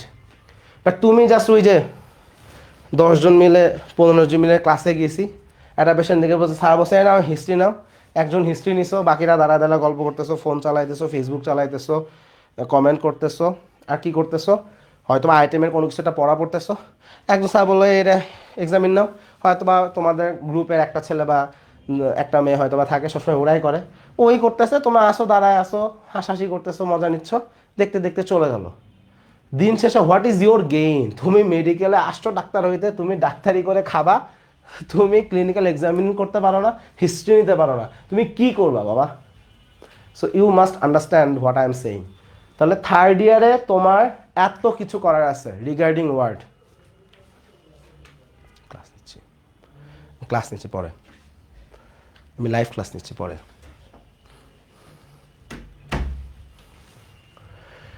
So তোমাকে এই জিনিসটা ফলো করতে হবে। So this is the thing. তাহলে ওয়ার্ডের জন্য তুমি বইও পড়বা, তোমাকে পেশেন্টের উপর গিয়ে দেখতে হবে। সো এইভাবে তোমার লার্নিংটা হবে এবং এখানে কনসিস্টেন্টভাবে লেগে থাকতে হবে। সো দিস ইজ হাউ তোমার ওয়ার্ডে আসলে আগানো উচিত। এবার আসি ফার্মাকোলজি। আচ্ছা, ফার্মাকোলজি নিয়ে কথা শুরু করার আগে তোমাদের কারো যদি ওয়ার্ড রিলেটেড কোনো কোশ্চেন থাকে কমেন্টে করতে পারো, আমি সেগুলো 2-1টা অ্যান্সার দিয়ে আমি ইয়েতে ব্যাক করব।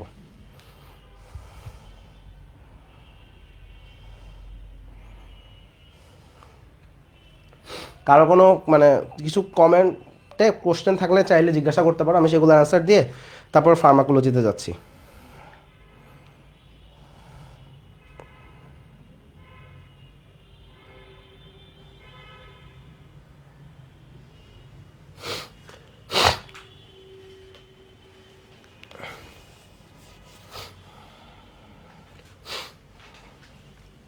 কারো কোনো কোশ্চেন থাকলে করতে পারো, আদারওয়াইজ তাহলে আমি ফার্মাকোতে চলে যাব।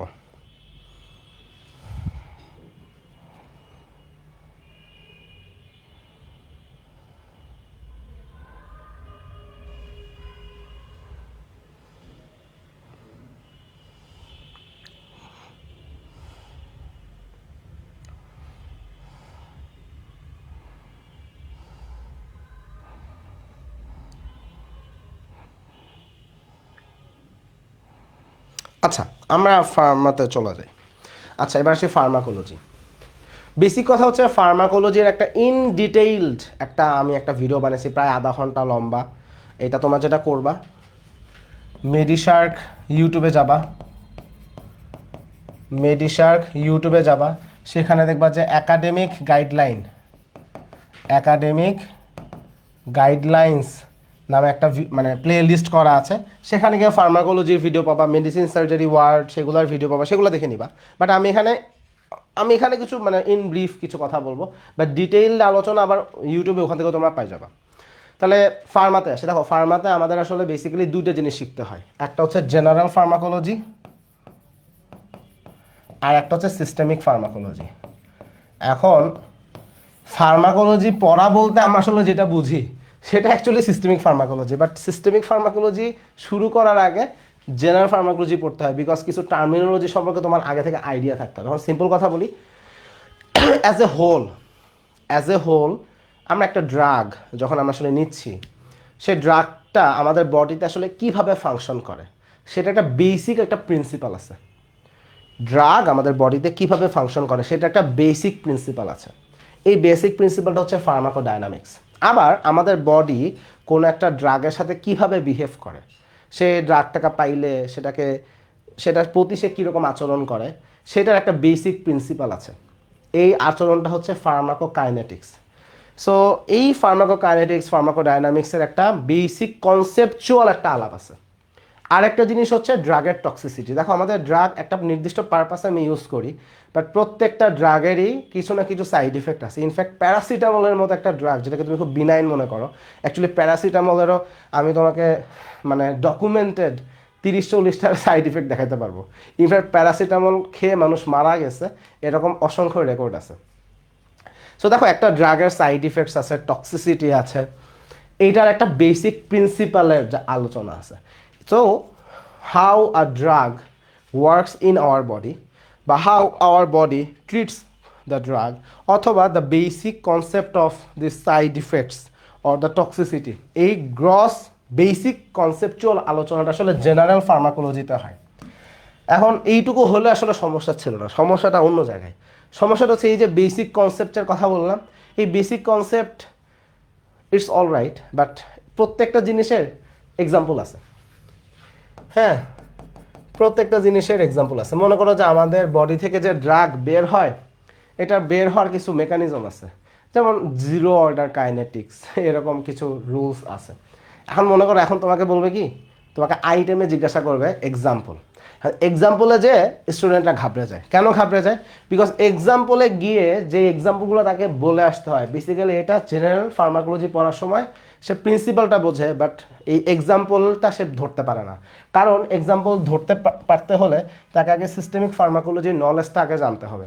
সিস্টেমিক ফার্মাকোলজির নলেজ যদি কারো না থাকে, জেনারেল ফার্মাকোলজিতে আমাদের টিপিক্যাল আইটেমে বা টিপিক্যাল রিটেনে যে কোশ্চেনগুলো আমরা আসলে আসতে দেখি, সেটা আসলে ওইভাবে অ্যান্সার করাটা লজিক্যাল সেন্সে মেলানোটা একটু টাফ, বিকজ সিস্টেমিক ফার্মাকোলজি এখনও পড়া হয় নাই।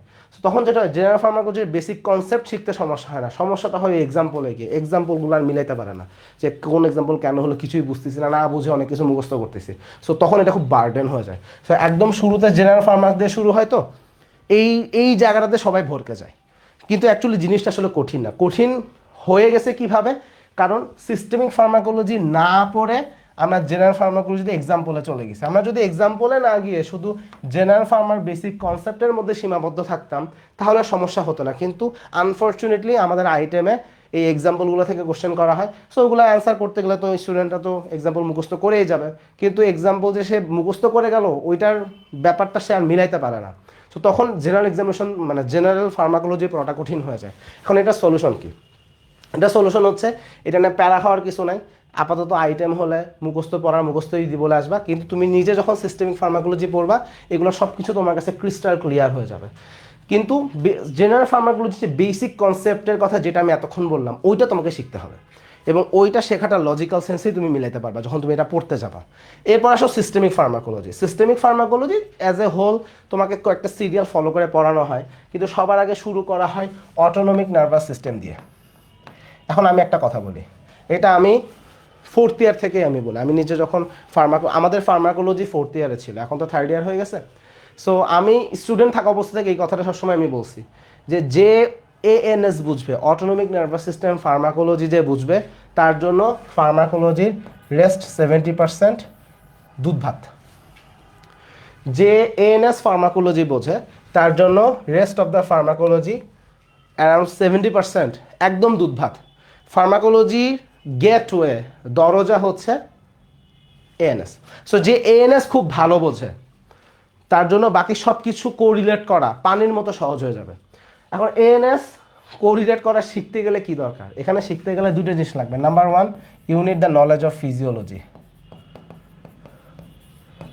And you need the knowledge of disease pathology. So এটাকে একত্রে আমি প্যাথোফিজিওলজি বলি। সো তুমি যদি প্যাথোফিজিওলজি বোঝো, তখন এটা বোঝাটা ইজি হয়ে যায়। এখন how will you get that? Basic কথা হচ্ছে, ফার্মাকোলজির এই অ্যাসেন্সটা তুমি যদি নিতে চাও, if you need to understand this, তোমাকে আসলে টেক্সট বই পড়তে হবে। টেক্সট বই পড়া ব্যতীত কখনোই এই সেন্স ক্রিয়েট করা সম্ভব না। তুমি যদি শুধু গাইডের কিছু সোজা প্রশ্ন সোজা উত্তর, ডিরেক্ট কোশ্চেন ডিরেক্ট অ্যান্সার, রিজনের কোনো আগামাথা নাই, কি কেন কিভাবে হলো, কমপ্লিট এক্সপ্লানেশন কখনোই গাইডে থাকবে না। বিকজ গাইড হচ্ছে কিছু কোশ্চেন, কিছু কোশ্চেনের জাস্ট টিপিক্যাল অ্যান্সার। কিন্তু এটা কেন হলো সেটা একটা লজিক্যাল রিজনিংয়ের জায়গা আছে, একটা বেসিক সেন্স ডেভেলপের একটা জায়গা আছে। এটা কখনোই গাইড শো করবে না, বিকজ ওই কোশ্চেনটা তো করা হয় না। ওটা তো তোমার বই পড়তে গেলে তুমি ডেভেলপ করবে, এবং তোমার ফিজিওলজির নলেজ থাকলে তুমি তখন কোরিলেট করতে পারবা। ডিজিজ প্যাথোফিজিওলজি তোমাকে সবার আগে বুঝতে হবে। সো তুমি দেখবা যে কোনো টেক্সট বই, সেটা ক্যাটজাং হোক, ব্রেনার হোক, সেটা লিপিনকট হোক, তুমি দেখবা যে সবার আগে একটা ওভারভিউ দেওয়া থাকে, যে ওভারভিউতে ওই সিস্টেমের বেসিক প্যাথোফিজিওলজি আলোচনা থাকে, এবং সেইটাকে ধরে ধরে ধরে ধরে বাকি ডিজিজে আমরা কোন ড্রাগ কোন পারসেপশনে দিই সেইগুলোর আলোচনা চলে আসছে। সো এইভাবে পড়তে গেলে তখন তোমার এই ক্লিনিক্যাল সেন্স ডেভেলপ করবে, যেই সেন্সে তুমি খুব সহজেই এই ফার্মাকোলজির জটিল নেটওয়ার্কগুলো তুমি সহজেই বুঝে ফেলতে পারবা। কিন্তু তুমি যদি যে কিছু প্রশ্ন কিছু উত্তর, কিছু প্রশ্ন কিছু উত্তর এইভাবে যদি পড়ো, you will never be able to understand pharmacology, never, মানে ইম্পসিবল অ্যাকচুয়ালি। এবং ফার্মাকোলজিতে এটাই হয়, স্টুডেন্টরা সবসময় মনে করে কি ফার্মাকোলজি মানে আমি 1000টা ড্রাগের নাম মুখস্থ করছি। Pharmacology is not about remembering all the name of the drugs. আমার সবগুলো ড্রাগ আমার ইউজ করাও লাগে না। মনে করো সাপোজ বেটা ব্লকার, 10 রকম বেটা ব্লকারের তুমি হচ্ছে গিয়ে বইতে নাম পাবা, আমি দিন শেষে বেটা ব্লকার ইউজ করি বিসোপ্রোলল, মেটোপ্রোলল, নেবিভোলল, এর বাইরে আমি হার্ডলি ইউজ করি। প্রোপানোলল কিছু জায়গায় ইউজ করি। সো মনে করো যে আমি 3-4টার বেশিটা আমরা খুব কমই ইউজ করি। মনে করো যে তোমার প্রোটন পাম্প ইনহিবিটর মার্কেটে 5 থেকে 6 রকম পাওয়া যায়, আমি দিন শেষে দেখলাম যে আমি এই 1টা বা 2টা জেনারিক ইউজ করি, এর বাইরে আমি নিজেই যাই না। সো আমার তো 1000টা ড্রাগের নাম জেনে রাখা আমার জন্য ম্যান্ডেটরি না। আমার যেটা ম্যান্ডেটরি সেটা হচ্ছে হাউ দ্য ড্রাগ ওয়ার্কস, এটা আমার বোঝা দরকার। এই ড্রাগটা ইউজ করলে সাইড ইফেক্টস কী হবে সেটা আমার বোঝা দরকার। সো আমার যে বেসিক নলেজ দরকার, যে কোন পজিশনে কোন কন্ডিশনে কোন ড্রাগ কীভাবে ইউজ করলে অ্যাপ্রোপ্রিয়েটলি সেটা হবে, সেই নলেজটা গ্যাদার করা। এবং এই নলেজটা গ্যাদার করতে গেলে আমার খুব ভালো ফিজিওলজির নলেজ থাকা দরকার, আমার খুব ভালো করে ডিজিজ প্যাথোফিজিওলজি বোঝা দরকার, এবং আমার খুব ভালো একটা ফার্মাকোলজির একটা কনসেপ্ট থাকা দরকার, যে কীভাবে একটা ড্রাগ কাজ করে সেই পারসেপশনটা যদি আমার মধ্যে থাকে, একমাত্র তখনই আমার পক্ষে অ্যাপ্রোপ্রিয়েটভাবে এই ডাটাগুলোকে কম্বাইন করে একটা প্রপার অ্যাপ্রোপ্রিয়েট ড্রাগ সিলেকশন করা সম্ভব। সো এইটার জন্য কখনোই শুধুমাত্র গাইড পড়ে এই নলেজ অ্যাচিভ করা সম্ভব না, এটার জন্য টেক্সট বই পড়তে হবে। So you must go through your textbook. Text বইয়ের মধ্যে আমি সবসময় বলি যে 3টা বইয়ের নাম বলি, ক্যাটজাং, ব্রেনার, লিপিনকট। এখন কোন বই তুমি কিনবা?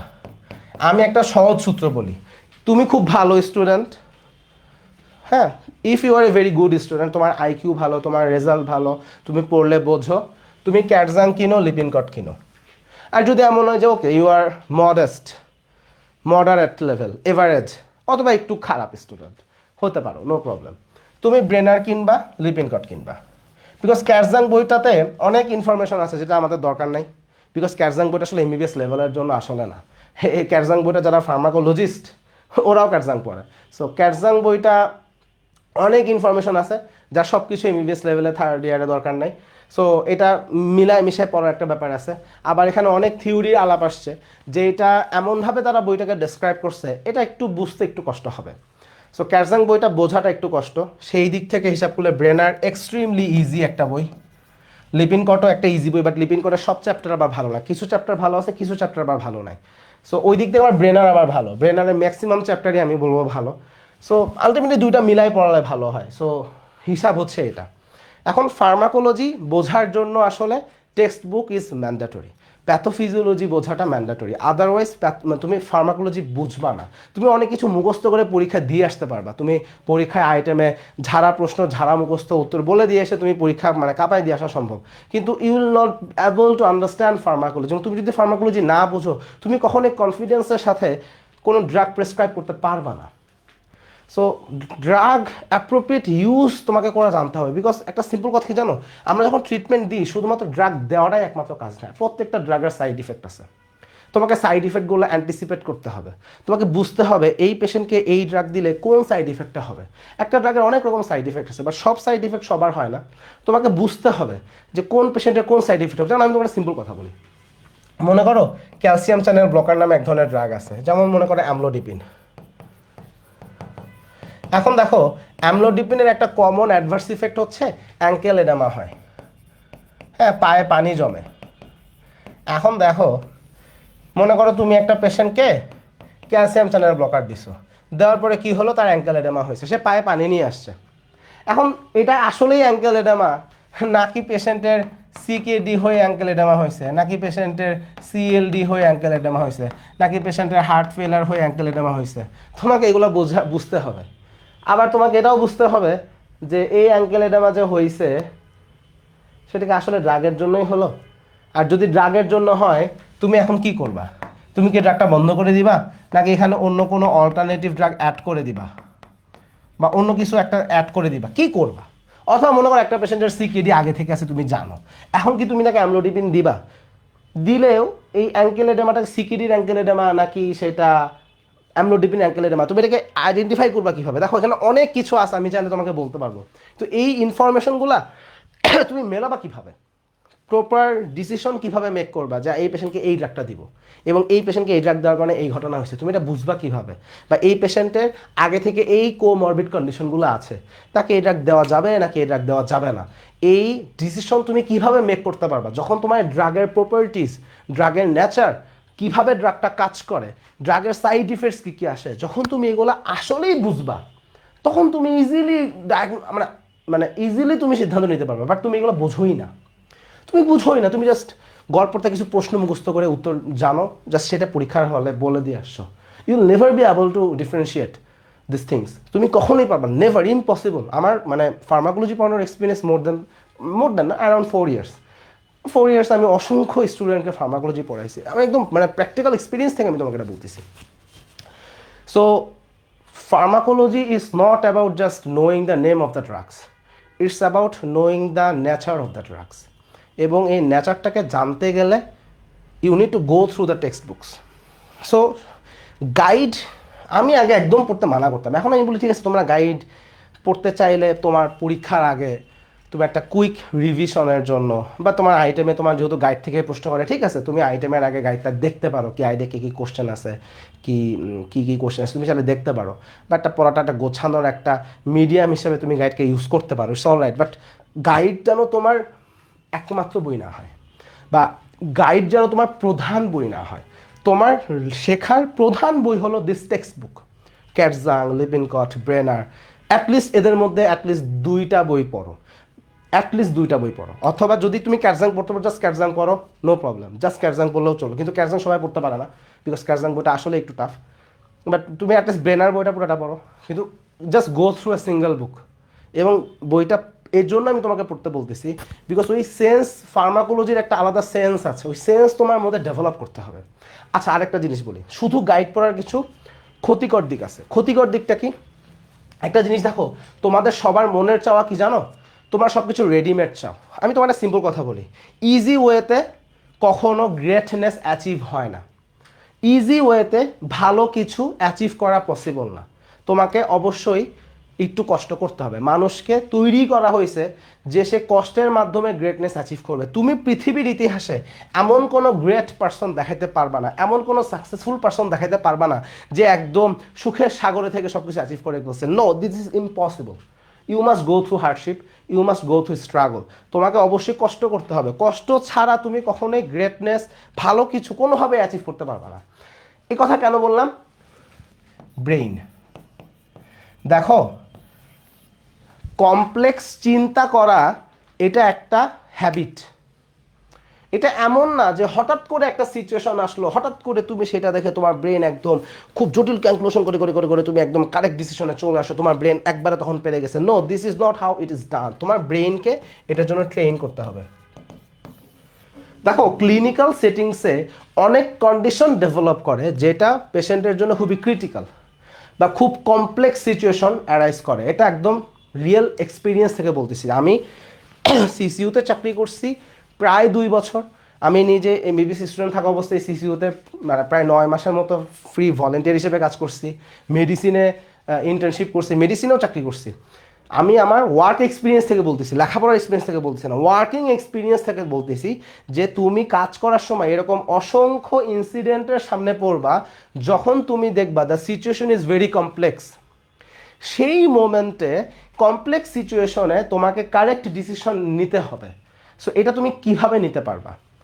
তোমাকে এটা নিতে গেলে তোমার ব্রেইনকে মানে ব্রেন স্টর্মিং করতে হবে, হাজারটা ইনফরমেশন তোমার ব্রেনের মধ্যে আছে, medicine information, pathology information, pharmacology information, microbiology information, হাজার রকমের ইনফরমেশন তোমার মধ্যে আছে। এটাকে প্রসেসিং করো, প্রসেসিং করে which one is the best solution for this patient,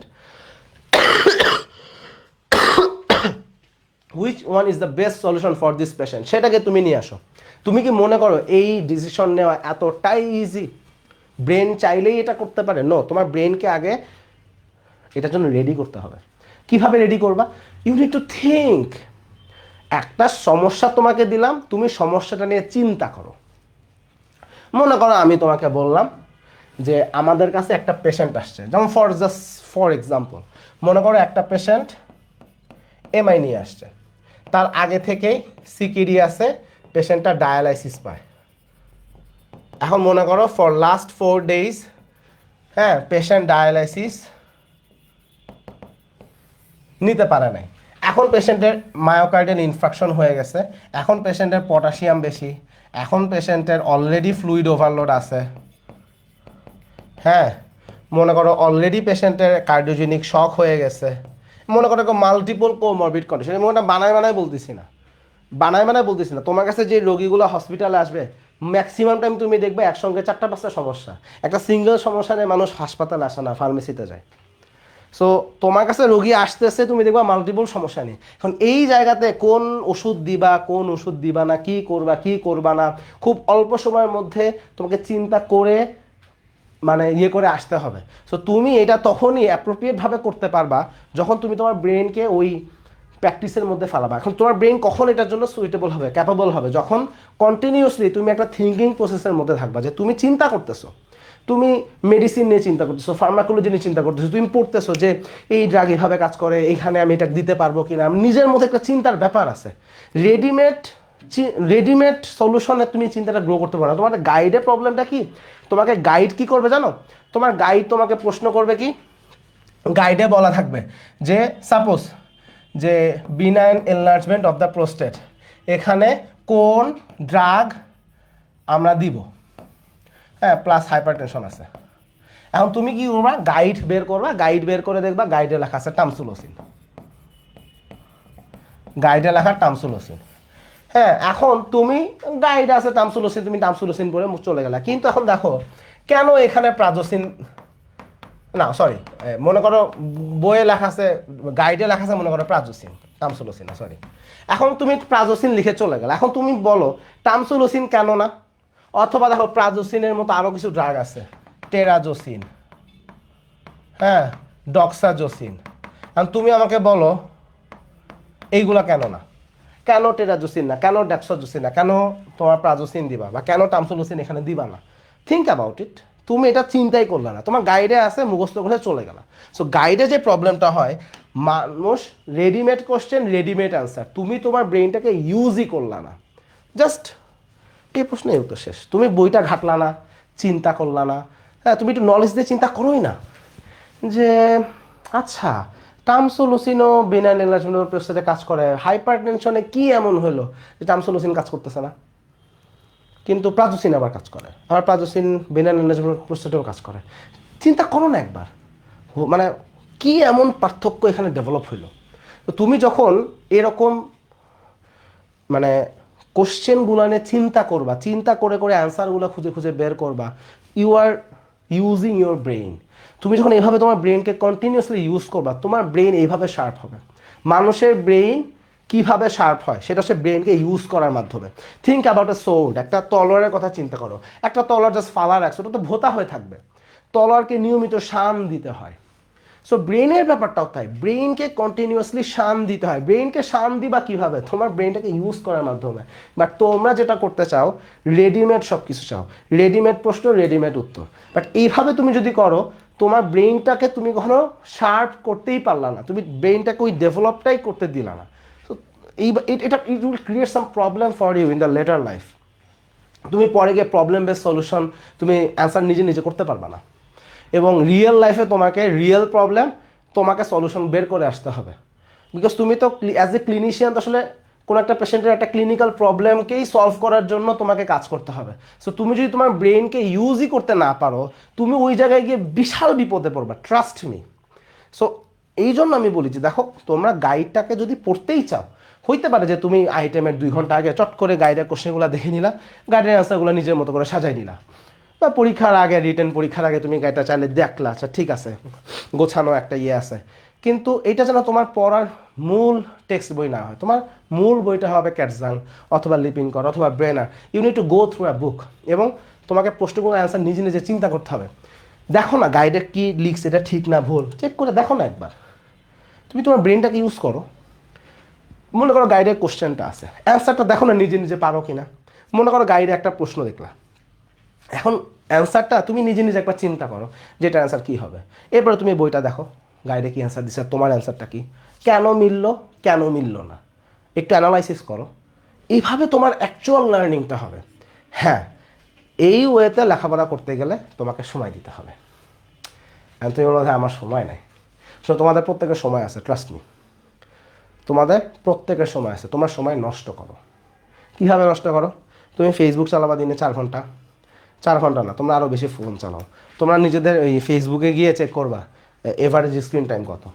তো তুমি দেখবা তুমি সারাদিনে তুমি বাংলাদেশের খেলা দেখবা, আইপিএলের খেলা দেখবা, তারপরে কি প্রিমিয়ার লিগের খেলা দেখবা, ফুটবল, ক্রিকেট, ভলিবল, হ্যান্ডবল, যত রকম খেলাধুলা আছে, ইউ আর ওয়াচিং এভরিথিং। আইপিএলের খেলা, বিপিএলের খেলা, সারা বছর ধরে কিছু না কিছু খেলা থাকে, তুমি সেটা দেখতেছো। তুমি ফেসবুকে পলিটিক্স দেখতেছো, ফেসবুকে শিট পোস্টিং করতেছো, মানে তোমার লাইফের সব কিছুর সময় আছে। তুমি মুভি দেখতেছো, নাটক দেখতেছো, সিরিয়াল দেখতেছো, রিলস দেখতেছো, you are doing everything, just তোমার এই পড়ার সময়টা নাই। এখন আরেকটা তোমাদের কমন অজুহাত হচ্ছে ভাই প্রত্যেক দিন 2-3টা আইটেম থাকে। ঠিক আছে, যেই দিন তোমার আইটেমের প্রেশার বেশি সেই দিন তুমি হয়তো বা খুব ভালোভাবে পড়তে পারবা না, দ্যাট ইজ ট্রু। কিন্তু তোমার তো আরও অনেক দিন থাকে যেদিন তোমার আইটেম নাই, অথবা আইটেমের চাপ কম, অথবা তোমার একটা ছুটি চলে গেছে। আমি বলতেছি না ছুটির দিন 24 ঘন্টা তুমি পড়ালেখা করো, বাট ছুটির দিন তুমি 2 ঘন্টা হলেও সেটাকে ইউজ করো। So I am saying that you make the proper utilization of your time, you make the best utilization of your time. আমি বলতেছি না তুমি একদমই মানে ফেসবুকিং বন্ধ করে দাও, আমি সেটা তোমাকে বলতেছি না। আমি বলতেছি না তুমি একদম সারাদিন আতালের মতো পড়ালেখা করো, আমি তোমাকে সেটাও করতে বলতেছি না। আমি তোমাকে জাস্ট এটাই বলতেছি, জাস্ট তুমি তোমার টাইমটাকে ওয়েস্ট করো না। তোমার একটা মেন্টাল রিফ্রেশমেন্টের জন্য তোমার তুমি একটু ফেসবুক চালাতে চাও, একটু বাইরে ঘুরতে চাও, ইটস অল রাইট, কিন্তু everything has its limit.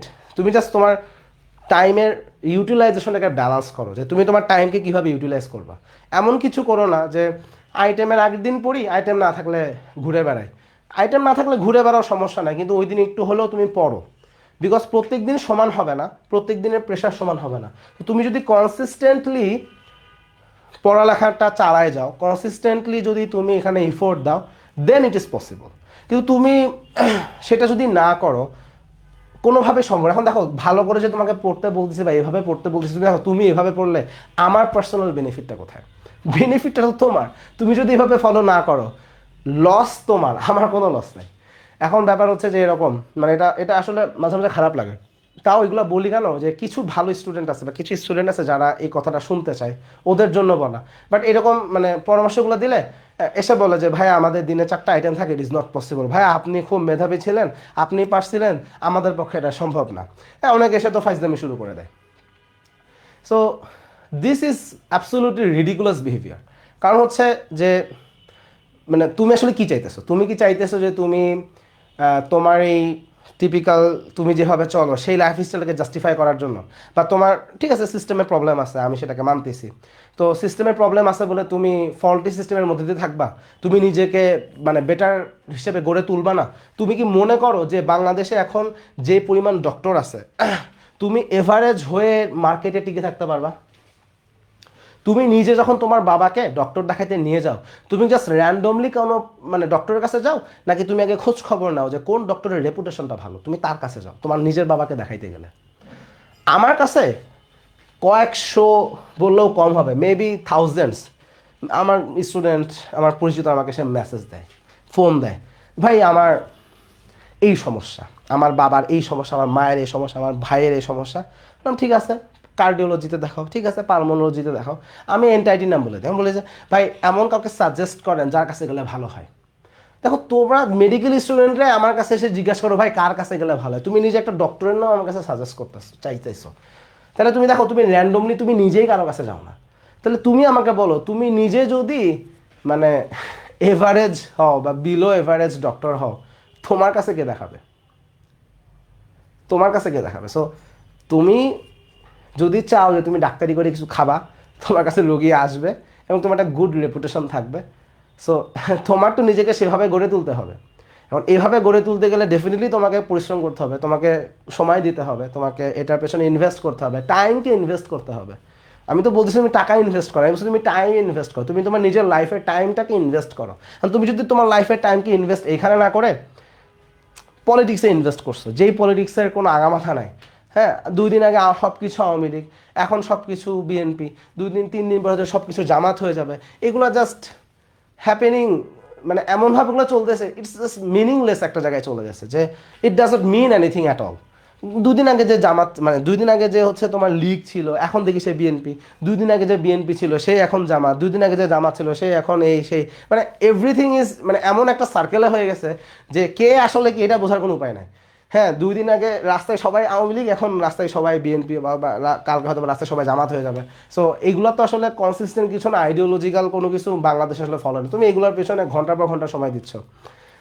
So what is the gain actually? তুমি এমন একটা জায়গায় তুমি টাইম ওয়েস্ট করছো, বা তুমি খেলার পেছনে টাইম ওয়েস্ট করছো। হ্যাঁ আজকে কাপ জিতলো, কালকে ওই কাপ জিতলো, তো কাপের যে তার চলমান চলতেছে, তুমি এগুলোর মধ্যে পড়ে আসো। সো তোমার নিজের পার্সোনাল ইমপ্রুভমেন্টটা কোন জায়গায়? সো তুমি আসল জায়গায় টাইম ইনভেস্ট না করে বাকি সব জায়গায় টাইম ইনভেস্ট করতেছো। So what will be the end result? So তোমার নিজের পার্সোনাল গ্রোথ তোমাকেই মেনটেন করতে হবে, তোমাকেই করতে হবে। সো এটাকে তোমাকে একটা লম্বা জার্নিতে তুমি আসো। সো তুমি যখন ডাক্তার হইতে চাইছো, দিস ইজ নট এ মানে স্প্রিন্ট, এটা একটা 100 মিটার স্প্রিন্ট না, ডাক্তার হওয়ার জার্নিটা একটা ম্যারাথন। এবং ম্যারাথনের নিয়ম কি? তুমি ম্যারাথনে প্রথমে চরম স্পিডে আগাইলা, তারপর যে থেমে গেলা, তাহলে হবে? হবে না। আবার তুমি হাঁটছো হাঁটছো, মাঝখানে রেস্ট নিচ্ছ, আবার হাঁটছো, আবার রেস্ট নিচ্ছ, তাহলেও হবে না। ম্যারাথনে তোমাকে জিততে হলে তোমাকে একটা কনস্ট্যান্ট একটা পেসে তোমাকে পুরা রাস্তাটা চলে যেতে হবে, তোমাকে দম ধরে রাখতে হবে। So consistency is very important. তো তুমি যদি জাস্ট মানে হ্যাফহ্যাজার্ডভাবে চলো, বা জাস্ট এইমলেসভাবে, কখনো এক্সেসিভ মোটিভেশন, কখনো মোটিভেশন নাই, এইভাবে হবে না। তোমাকে মানে একটা লম্বা সময় ধরে, তোমার 10 বছরের একটা জার্নি, আমি এখন বলি মেডিকেল সায়েন্সে যেই জায়গায় চলে গেছে, এখন 10 বছরের জার্নি, জাস্ট এমবিবিএস দিয়ে এখন আর কেউ কিছু করে না। So you need to go for post graduation as well.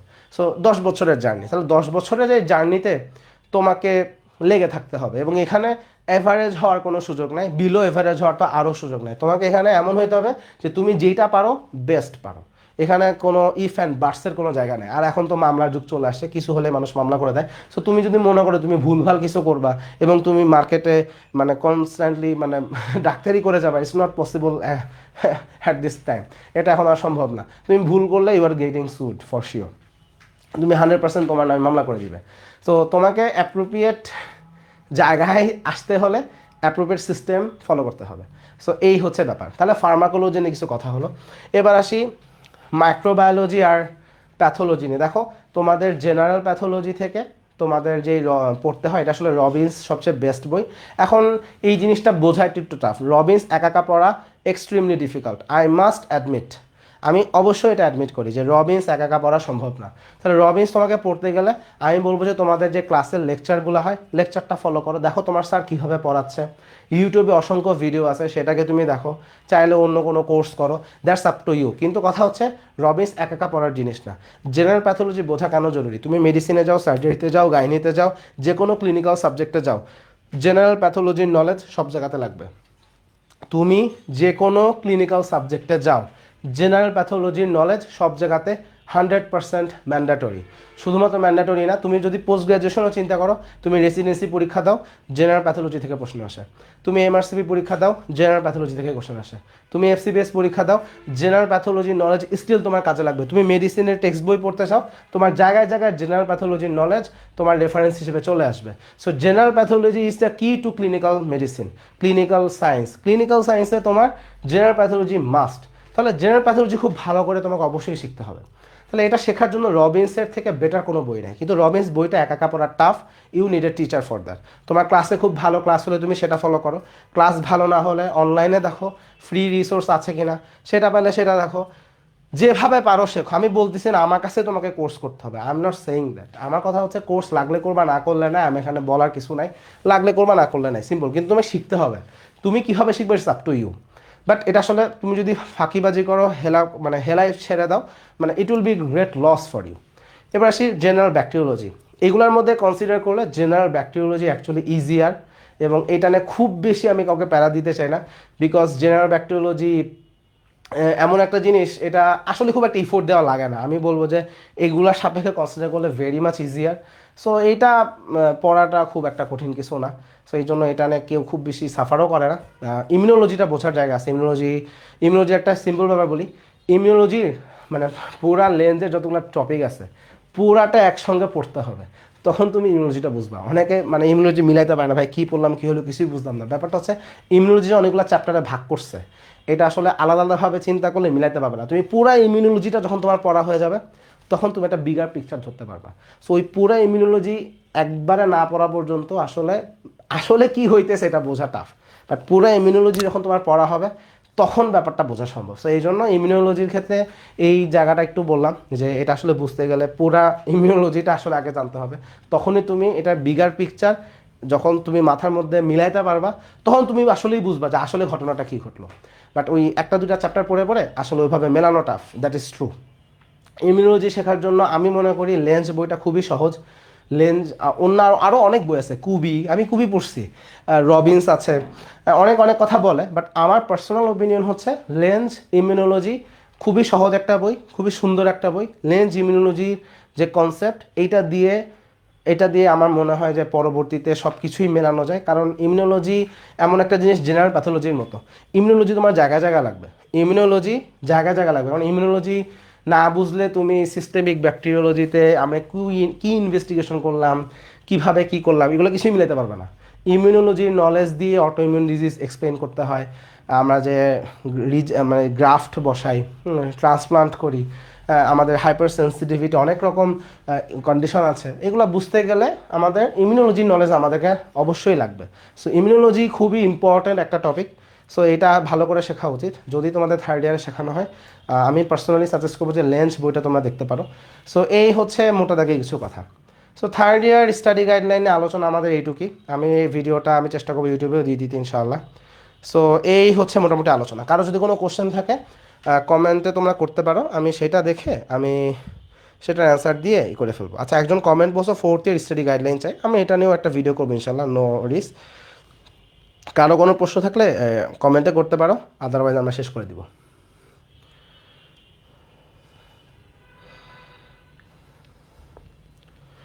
আচ্ছা, একজন বলছে K D Tripathi is helpful as a text বুক।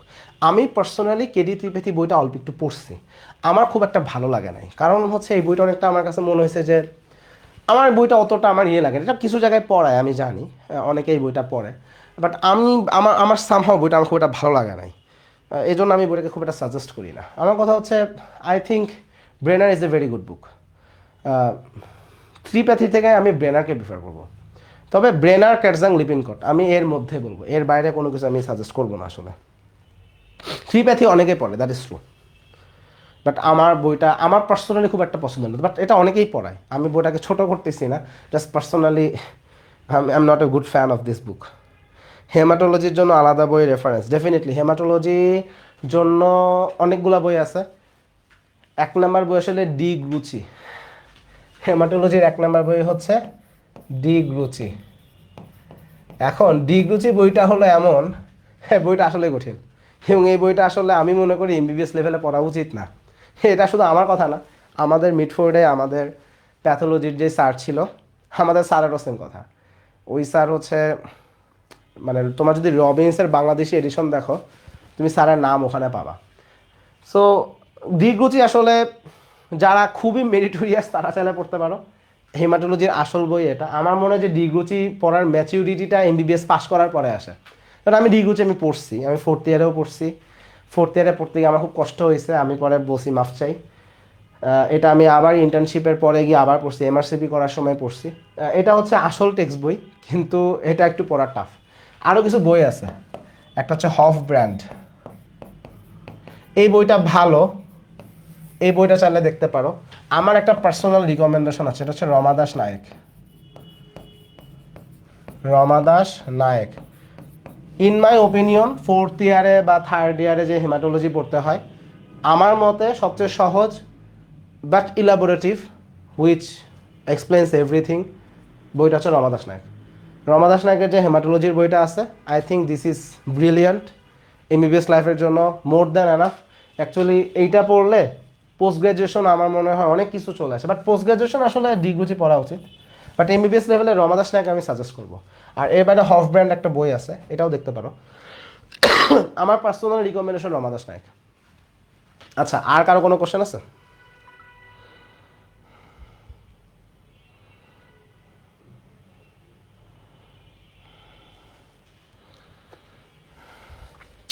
আচ্ছা, আমার মনে হয় মোটামুটি প্রশ্ন যা ছিল আমরা আলোচনা সব চলে আসছে।